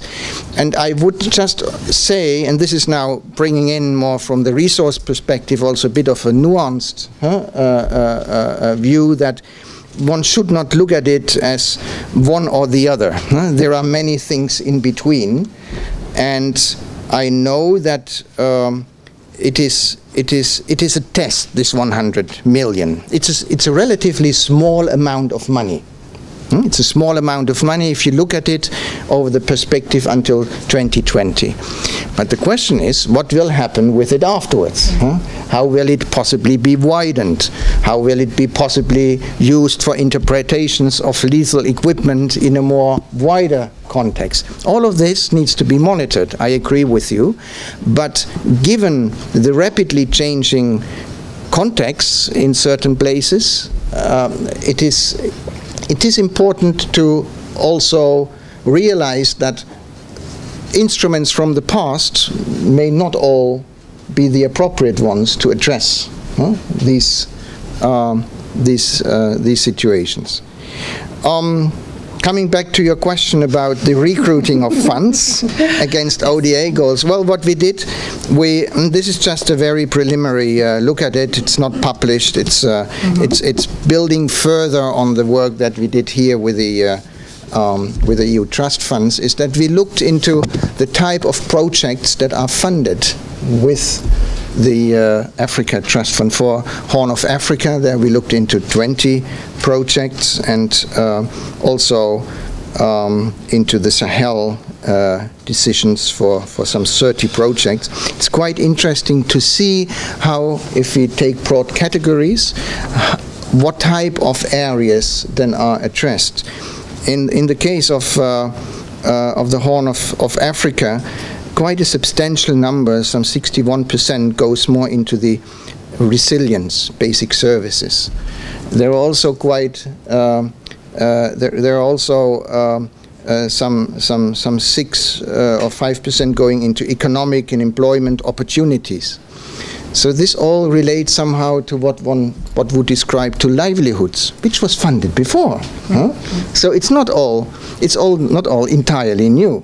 There are also some projects that go into migration management, broad category. It could include also some training of border guards, some people working in this direction. Now, if you talk about state building, supporting also the structuring of institutions in this domain, I mean, it is part of a proper state functioning. But then, indeed, which states do you collaborate with? Or if you do it, do you accompany it with some political dialogue? Do you accompany it in a whole theater of measures that are combined with political interventions, diplomacy, with areas in the economic area? So we have to go away from looking just very narrowly at one particular issue, but look at this funding through the trust funds in a wider theater, where questions are addressed: how can we overcome, in an ideal situation,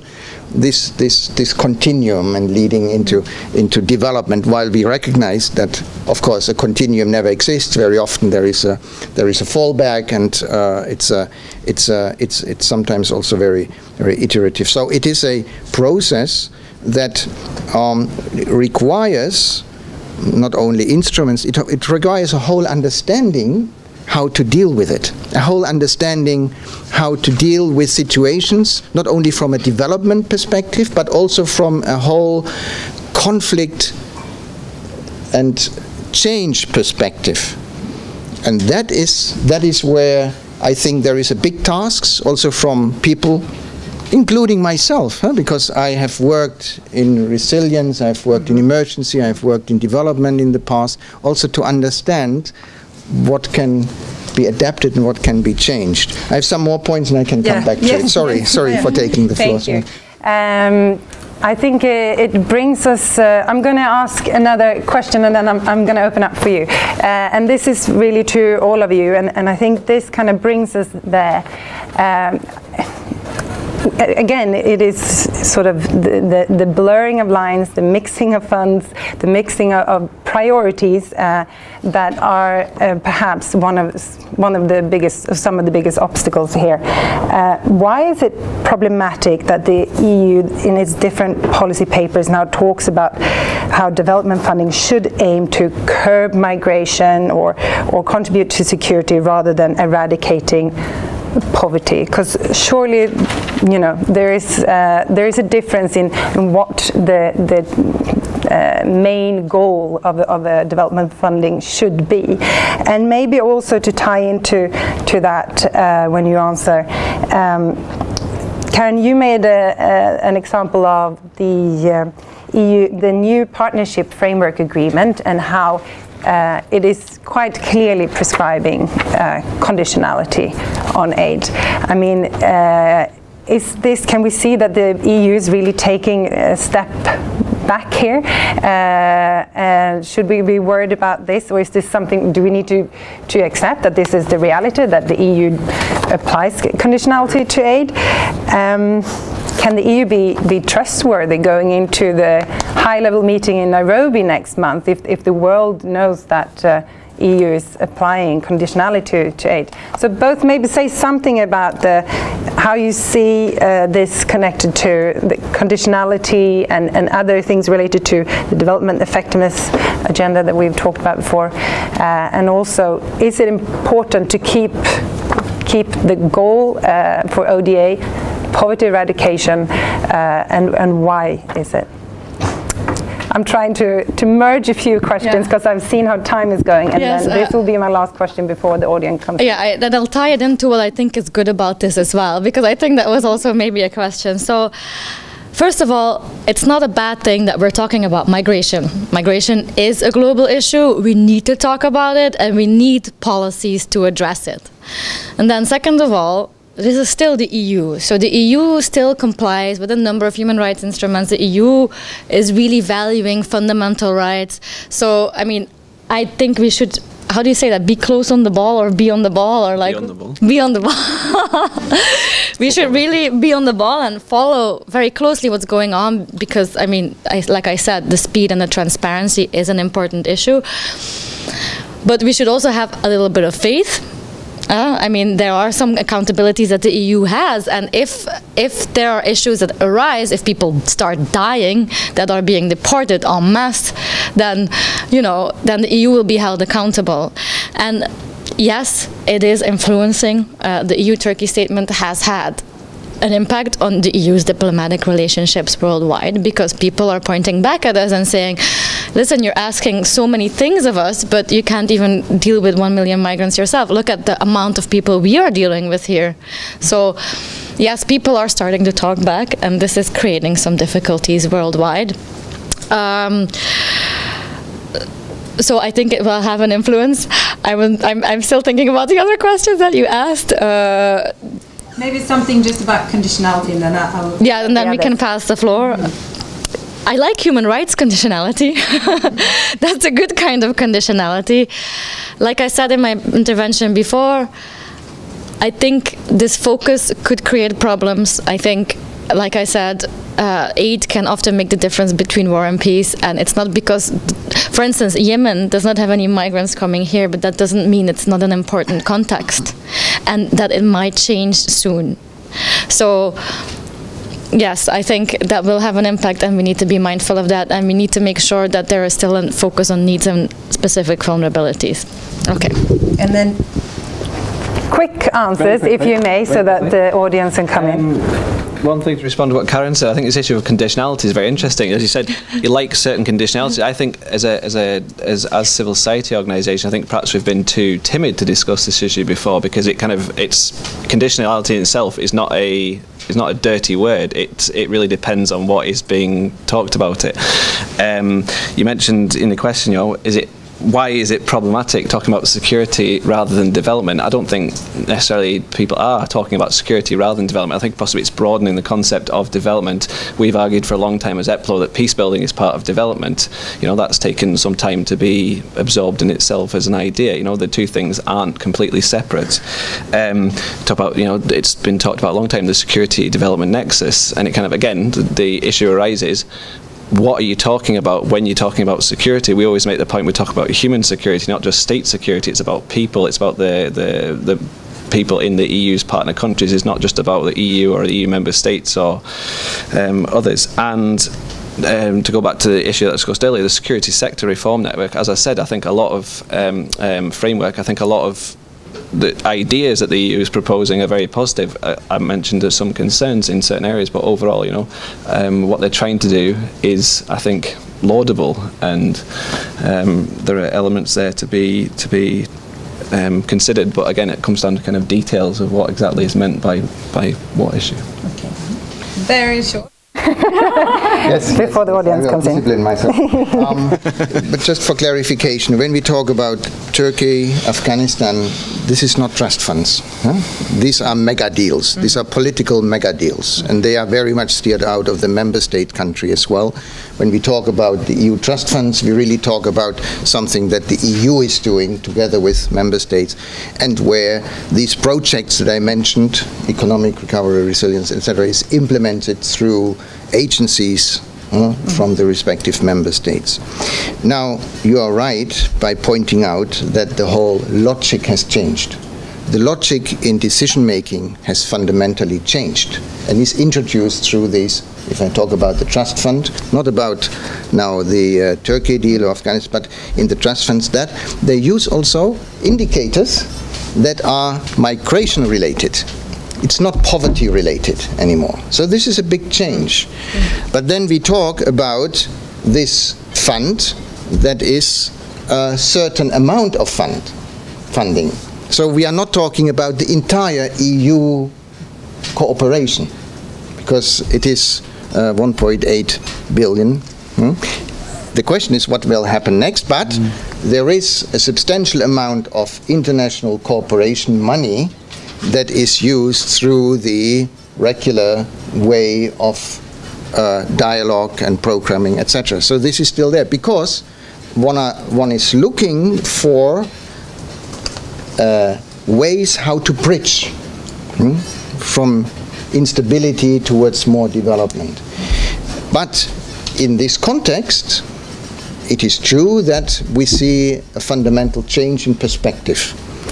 And that is something that needs to be very clearly monitored, what is happening in this context and where is this leading to. So there are many questions. Okay, I will leave it there in order to take questions from the audience. I'm sure that people have been dying to get some clarification on certain things. Yes? Hi, David Miller from Save the Children. It's more of a comment, really. I see this is highly problematic because the EU is entering into deals and negotiations with some of the origin countries, which through repression and through conflict are contributing to these flows. So in the Horn of Africa, in Sudan, where we've heard of in the last week or 2 weeks, of chemical weapons being used, in Ethiopia, where there is a state of emergency, where people have legitimate reasons to flee these countries, the EU is now helping these countries to strengthen their borders and prevent people from escaping. So this is highly problematic. I have an article here which quotes the commander of the Rapid Support Forces in Sudan. The Rapid Support Forces are a militia group that is composed of the Janjaweed that we've all heard about. He says on the 30th of August that the European Union should thank the Rapid Support Forces for preventing migrants from leaving Sudan. So for me, these are, it's not just, it's about human rights, it's about people's lives that we're talking about, it's not just about policies and such like. Okay, that's my comment. Thanks. Do you want to? This is of course connected to the new partnership framework that Karen has been describing. That is. As a quick response, I also want to say, don't forget the big role member states are playing here, because we always say the EU, but the EU is really pushing, the member states are really pushing for results. So I just want to mention this little important detail. Andrian from SIDA. A specific question for Volker Hauk. Clarification on, you said that 61% of the Horn of Africa Trust Fund went for resilience services. What exactly does resilience services include? Thank you. Yes. Should we take another question?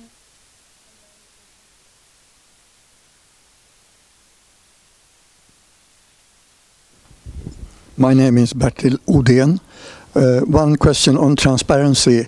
What is the role of the European Parliament in all those processes? Could you comment on that? take these two questions and see how we go on time.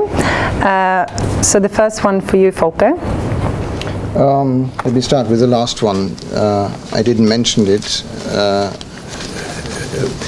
when I talked about the reduced political whole process.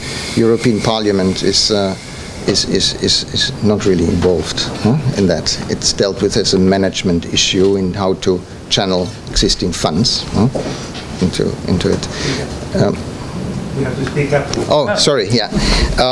So the European Parliament, it's not really involved. Yeah. The question about resilient services. From what we see, I mean, I haven't really seen the implementation, but what we see, this relates to livelihoods, support, health, also to dealing with youth, unemployed youth. It's a broad category, and then it relates to the whole question of how is resilience defined and how is it understood. So in practice, what we have seen, what is covered under this is very much coming from the original idea of supporting livelihoods, so that bottom-up processes can be strengthened. That's. Okay. But I think this issue of also the question also with transparency also relates to the other deals.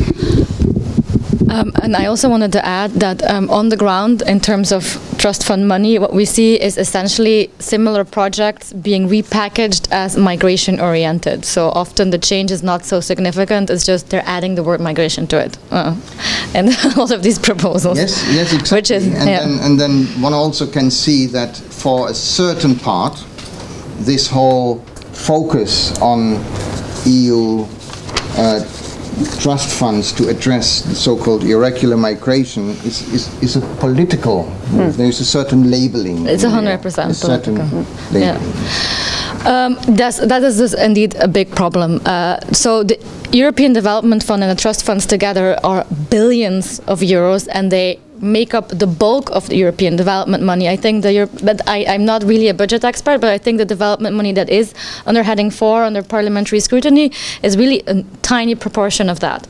So it is important to note that all this money, because also the partnerships are for the bigger part funded by the European Development Fund, and this is not being tracked or monitored by the European Parliament. So we've been alerting members of European Parliament to see, to make sure that they know that this is going on, and that they need to get some ownership on this process as well. But it's difficult, and I mean, they want to be quick, so they want to avoid all this, which is an issue. They work on it, so but there's nothing settled. Yeah. I know there are a couple of more questions, and we will definitely try to take those before we wrap up. Hi, my name is Mina Jari, and I work with Diakonia. I would like to hear the panel elaborate a little bit on the fact that EU is sending out signals to the rest of the world that it is not, you can neglect or not accept refugees or people seeking asylum. What consequences or long-term impact would you see that will have on other countries that are receiving refugees?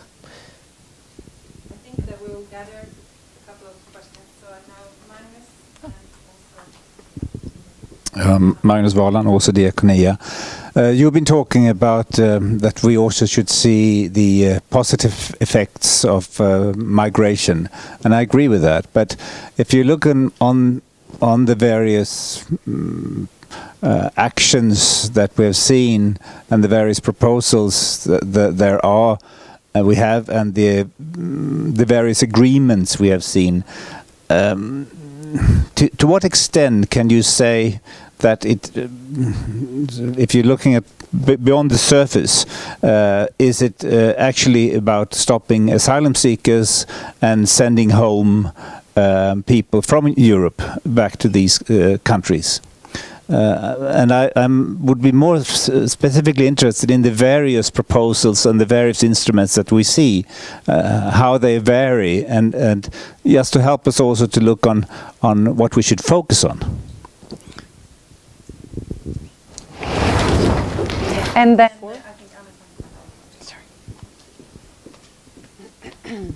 Thank you.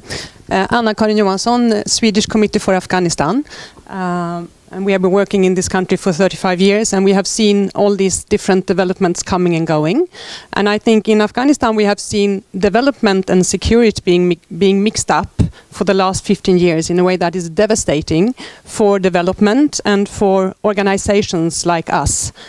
Because the roles get so mixed up. Who are you? Why are you there?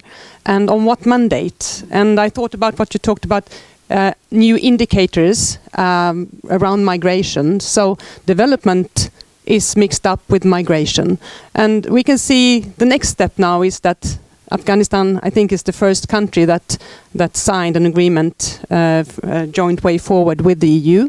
And now the migration issues will be high on the agenda, and again, in a way, on top of the development, or kind of making the way for development. And we have seen by several different evaluations made the last years in Norway and Denmark that development is low on the agenda. There are other aims, like being accepted by NATO or other things, that is higher on the agenda. That very the impact on development is very bad, because everyone says that the development situation and the results from the development is not there because of other aims being on top on the agenda.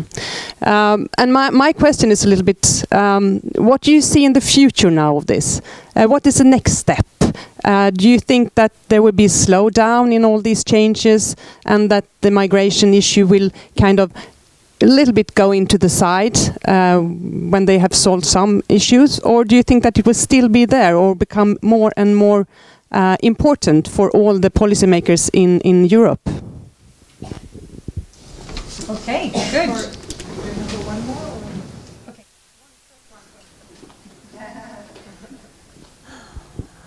Hi, I'm Disa Kammars-Larsson from the Kvinna till Kvinna Foundation. The Kvinna till Kvinna Foundation. My question is to Karen. You mentioned briefly that there are internal funds going to the externalization of the European borders. If you could maybe elaborate a little bit on that. Thanks. I think that quite a few of the questions are aimed at Karen, and then maybe you can fill in the gaps when Karen has had a first go. So what is the global consequence of the EU lowering standards? This is something that we've been thinking about and talking about a lot. It has a serious impact. We've seen this now. One example could be the UNGA, which took place on the 19th of September, where the global migration and refugee compacts were closed. Another set of compacts that aren't really clear, where, for instance, and I can talk about a detail here, the EU together with the US were really advocating for strong language on immigration detention. So yes, this has global implications. We also see countries like Kenya pointing at the EU and saying, you're not upholding your duty, why should we uphold our duty? So, I mean, I cannot assess in a detailed, granular way what the exact consequences will be, but we know that the EU is a global standard setter, so if the EU lowers the bar, this has global implications, because it gives other countries an excuse to lower the bar as well. This is a bit of a general answer, but that's the only answer I can give to you, and like this one little example we saw during the UNGA. The different instruments and what can we do. We were also asked to do a little presentation on the way forward, so I'm mentioning that there as well. But I think the role that we need to play is to develop a different narrative to counter the narrative that is ongoing right now. I mean, a lot of our organizations are also working in the field on the ground, so we need to collect evidence to say what you're doing is not really solving the problem. We have seen through our work that this is solving the problem. For instance, there's now a huge talk about youth employment, which is good, but education is actually more important, and often that is falling off the agenda. And a big reason why people decide to move is education for their children. So, I mean, we can help them reprioritize based on evidence we collect on the ground. And another thing, but I'm also probably mentioning this in my presentation, is that we should focus on these priority countries of the compacts and look at civil society there, because this is also having an impact on the people in those countries. So civil society there should also get organized and push back at the level of these priority countries. So we should really get our act together fairly quickly to do all this. Yes, so I think this is where we can play a strong role. Then there was another question. Wait, let me see. We also need to warn, for the development, I guess we also need to warn for the long-term consequences of this. Like what you see in Afghanistan, I don't know, I mean, we will see how it envelops over time, but attaching less importance to development will have an impact. And okay, we will see this maybe not in the next year, but in the next 10 years we will see this impact, and then we can see, I mean, and we can refer to other contexts where this has happened as well, probably look at other examples. But I also think that migration will be on the agenda for the next 2 years, high on the agenda at least, until we see the flows stopping. I don't like the word flows, but this is you saw that it already was a bit lower on the agenda after the EU-Turkey deal, because we didn't see anybody coming anymore. But then now there's a massive amount of arrivals to Italy. So as long as this happens, it will remain on the agenda. Then related to the AMIF, there's quite an amount of money going to projects related to asylum and integration in Tunisia, in Morocco, Algeria. They've done like a scoping mission there. It's a few million euros or more even. I cannot, but I can. It's all, you can find it online. You can just have to Google AMIF and how it and the EU agenda on migration, and then you find what the priorities are. And it's really to work with local communities to provide protection on the spot, and to also they work very closely with IOM on returns and with UNHCR. It's something to track. I can send you the link if you want, so you can keep a closer eye on it. I think it's something important that we're not noticing. It fell through the cracks, but it's something to monitor very closely. All right. Okay, and we will have to wrap up this session. We've actually taken a bit more time. Is there anything that you feel that you really wanted to add quickly to fill the gaps of what Karen said? Wasn't there one question, the first one for you? No. No. I mean, I would like to say something at the end, because there was a very right question about the future. And I mean, the problem will stay. And if you talk about 2 years, it's very, very optimistic. If you look at the demographic figures, this is something that will stay for much longer than 2 years. Point blank. This means also that the issue will be very high on the agenda for all actors, including NGOs. And it will mean that also the NGOs have to adapt in a way. Whether you like it or not, you have to adapt in a way to all these changing situations. If you look at the trust funds, and I wanted to mention this as a critical element of the trust funds, we talked about the very variety of issues that are addressed. It also addresses governance-related issues. These are longer-term problems that cannot be solved through short-term funding. And we see and we hear that from inside the various institutions that decisions are taken much too quick. There are certain areas where you can honestly say this is the right decision for a very particular problem because it needs to be addressed now, but there are other issues which require a solid analysis, which require a solid understanding on the ground. It requires a solid conflict analysis of actors that are involved from different areas. So for development NGOs, also put this into your baggage, that you need to be confronted in working in situations where much more solid understanding and sensitivity about conflict and dealing with conflict and being sensitive to conflict is absolutely necessary. And also in these processes where funding comes in massively, sometimes then also decided in a very rapid way, so that you also have a sensitivity to engage in this in a corrective manner. So this is really on the agenda. And at the same moment, also put into your baggage that a lot of the logic is changing towards migration and addressing migration priorities. So this is down the line. And this is really also I think this is something that one can say. While looking into the future is always like looking into a certain glass ball, but this is something that one can say that this is going to stay. Yes. Good, and that really provides us with a good continuation into the next session, which will be our last bit, which is what do we do from here on. So we have gone over time a bit on this panel discussion, but I think it was necessary for you to be able to ask your questions. So I hope that Åsa forgives us for digging into the next session.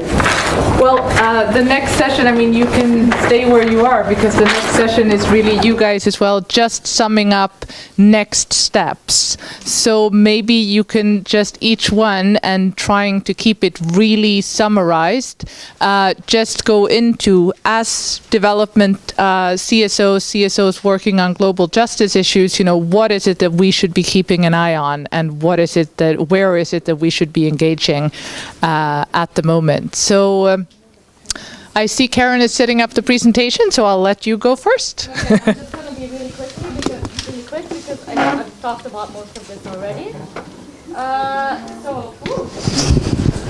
Another slide disappearing. Technical difficulties. I like slides. Slides are tweetable. Okay, here, great. So we need to really closely monitor the compacts from today. So these are the priority countries, but there are 16 countries and different negotiations are going on with different countries. So on the ball. So the national level is closely involved in the coordination of this. I'm gonna agree with what you said, Volker, is that NGOs will need to restructure themselves to some extent to have positions, programming, and an evidence base related to migration to push back on the current narrative. We're also, I mean, as Save the Children, this is also kind of caught us by surprise, and we're also internally trying to gear up, recruiting migration experts and trying to adapt our programming because it combines humanitarian and development and some domestic. So our domestic units and our foreign units are kind of all getting mixed up.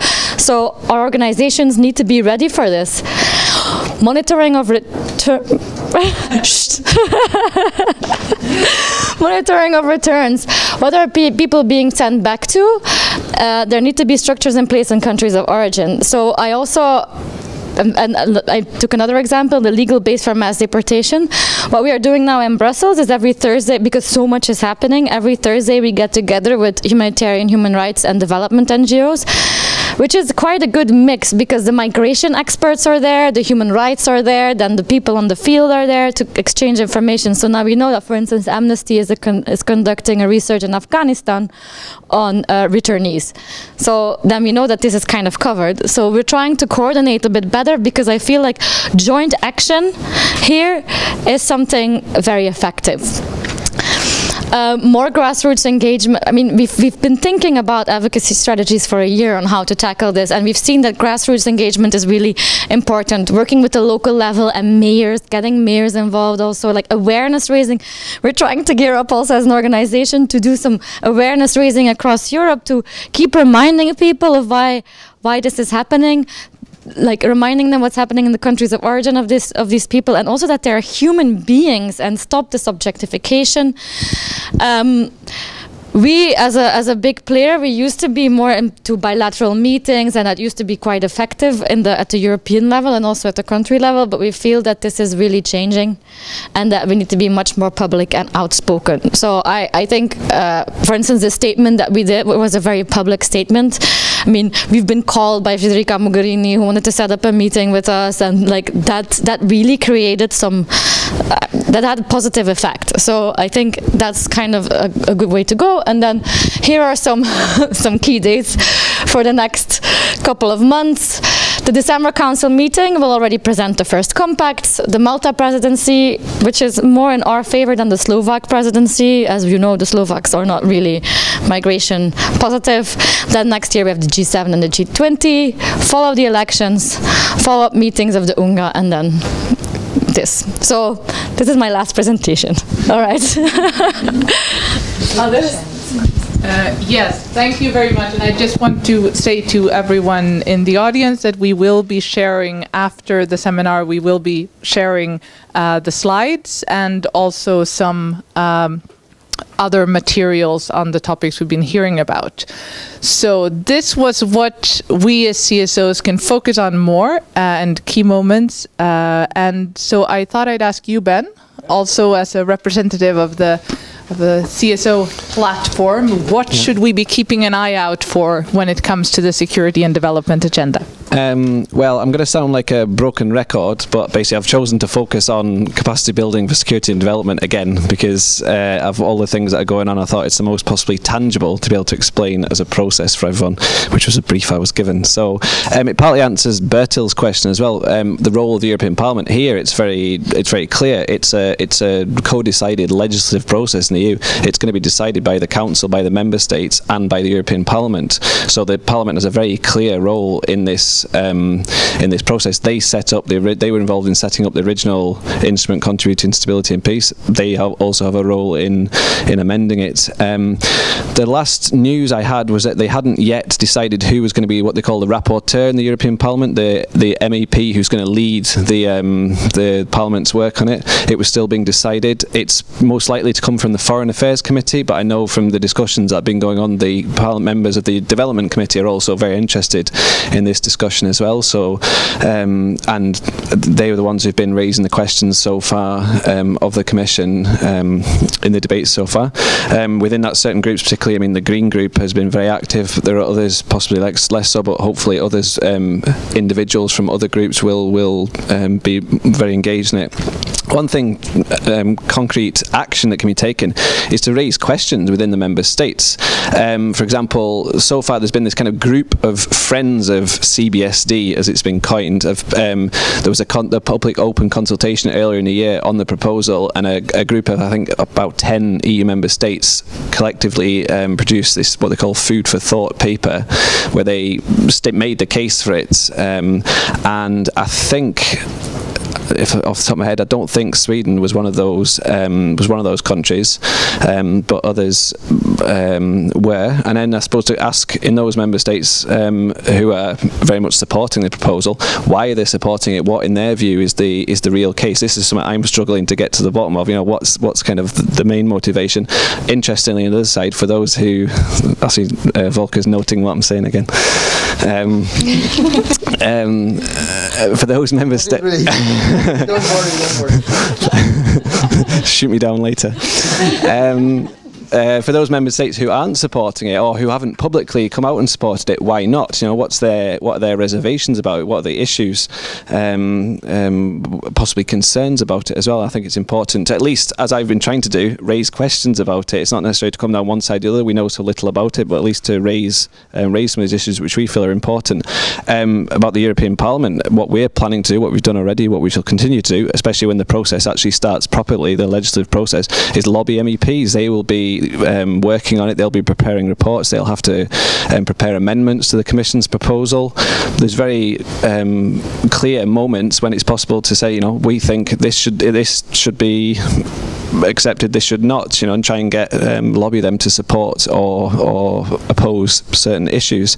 In this case, the European Parliament does have the power to stop it. I mean, if they refuse it, it's one of the areas in the legislative process as well as the budget where they actually have a very clear role and can act. What we'll probably do as well is what we mentioned as well in the consultation is we have possibly a kind of dual approach, and it's I think on principle ourselves and a lot of our member organisations have serious issues about it and think it's probably best if they don't amend the instrument contributing stability piece as they propose it. However, unfortunately, it's possible that there will be enough support to do it, in which case the other aspect of the approach will have to be, if it's going to happen, if it has to happen, as some people will have you believe, what are the conditions that it has to take place under? Very strict criteria and strict limitations on what can be done. And if this could also have implications for the actual, what comes after as well. And what I understand as well is quite a lot of time pressure on the institutions. As Volker said, this is kind of a stopgap. No, I said that, but he said it's about what happens afterwards. But the idea is they want to have this in place as soon as possible. In early discussions, they were talking about having the whole thing wrapped up by the end of the year. That was 2 months ago, and as far as I can tell, it hasn't developed a whole lot in that time. So I think it's a very overly, possibly optimistic timetable that they have for getting it adopted. I think the longer it goes on, the less likely it is to be adopted, at least in its current form. So there is possibilities there. Okay. I'm not from an advocacy organization, so I can't tell you how to do advocacy on this. I just want to point out that I mentioned some things in the last round, looking forward.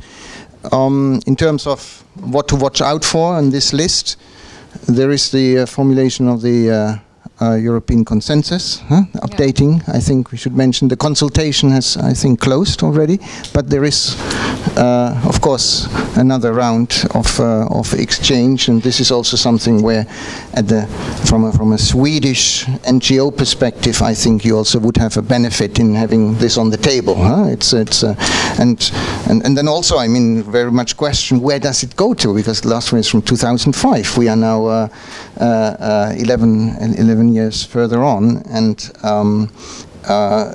what type of consensus is this going to be in view of all the decisions, these discussions we have heard? The other thing that I could put out to you is that I mentioned there is this slot within the trust funds for research and for learning, where you see opportunities for co-production of this lessons learned, where there are opportunities where you could engage with others doing this knowledge creation work. It would be to the benefit of everybody to get your views in it, because there is so much knowledge within the different NGOs working in very different contexts that need to be brought in there. So that is I think the last point I could make. Thank you. Okay. Excellent points made, both in very concrete processes and also when it comes to what we should be bringing to the table and what we should be thinking of. So some really good points mentioned. And now for our final part of the seminar, I would just like to give the floor to, well, first of all, maybe we should let you guys sit down and relax. So let's hear an applause for the panel.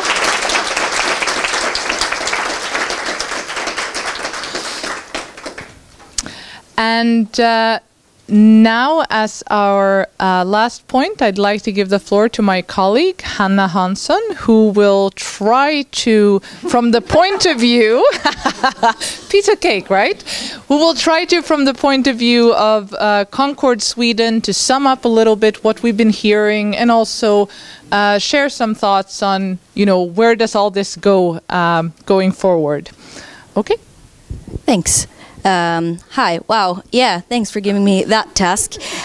First of all, I think we're all a bit, you know, our brains are cramping at the moment, but it's been really useful to me, and I'm sure it has to you too. Sorry for putting all of this in the agenda of one seminar, but we've been really thinking from the Concord office side, and there's really no other way to see it, and we kind of hope that you see that too now. We can't have a migration seminar and then one on aid and then one on security, because whether we like it or not, it's one mess at the moment.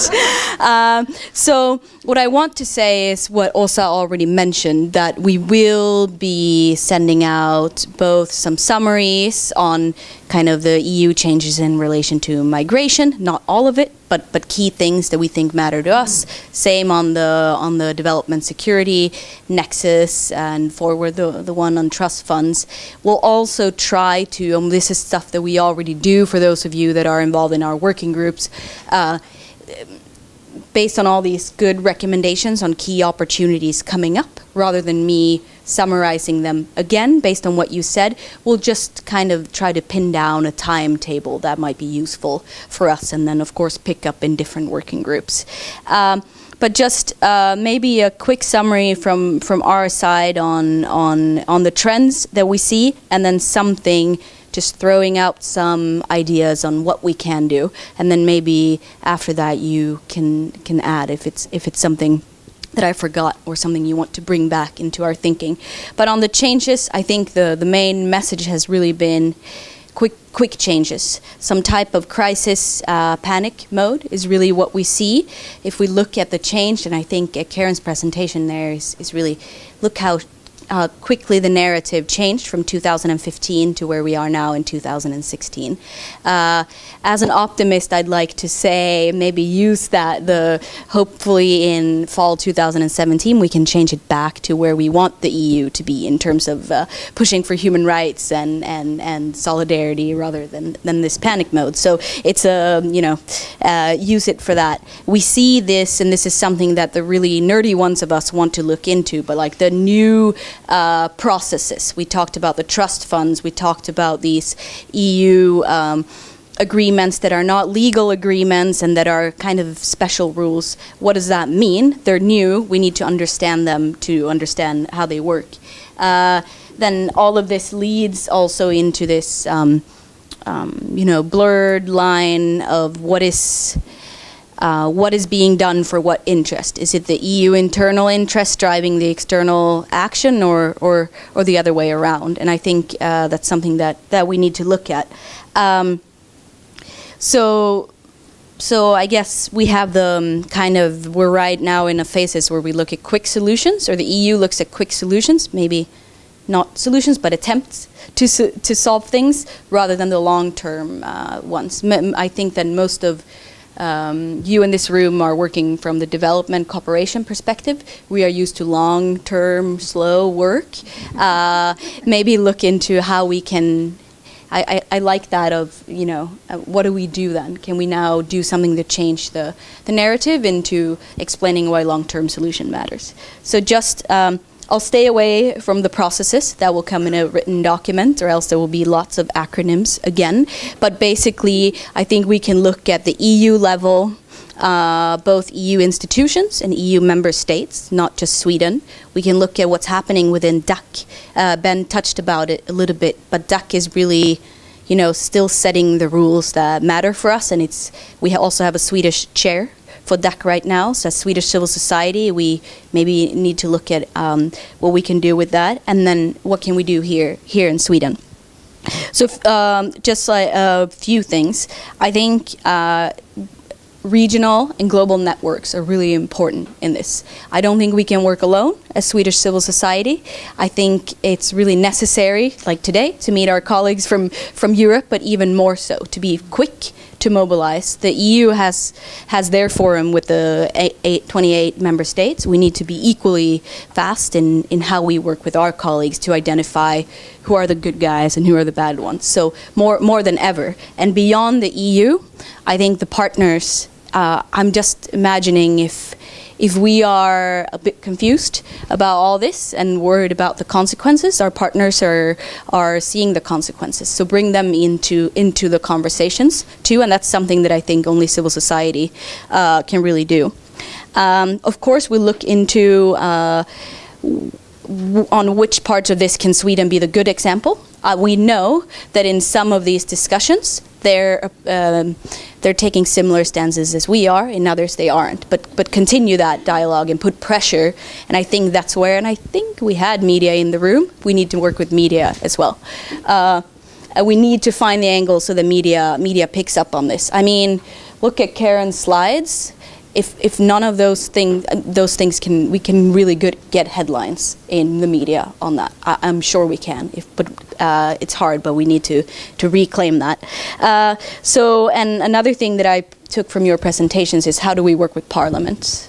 It's something we discussed in our different working groups in Concord.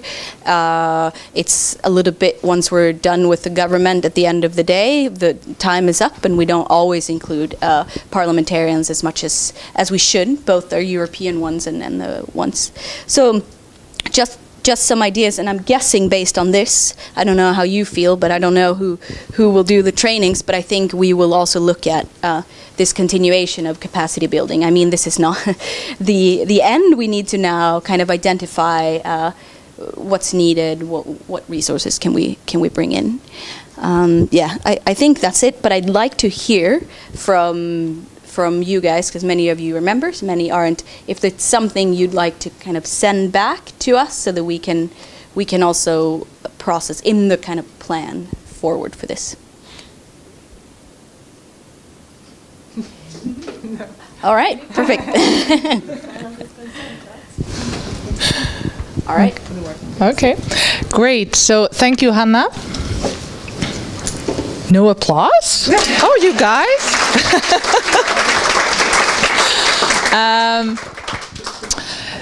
Thanks a lot, everyone, for joining us. And one other thing that was mentioned several times during the panel discussion was the importance of gathering evidence and that is really for all of you in here who are organizations that are working directly with partner organizations in other countries, and how important that is, and also of course using the evidence available. So I just wanted to hand over to Volker, who wanted to mention. You didn't want to just mention that. Oh right, yeah, right. So based on that, of learning also from what others have gathered, there are several relevant papers and reports done by ECDPM, so you are very welcome to take those from up here when you leave the seminar. Also, I would like to mention on the table over there by the door, there's also a list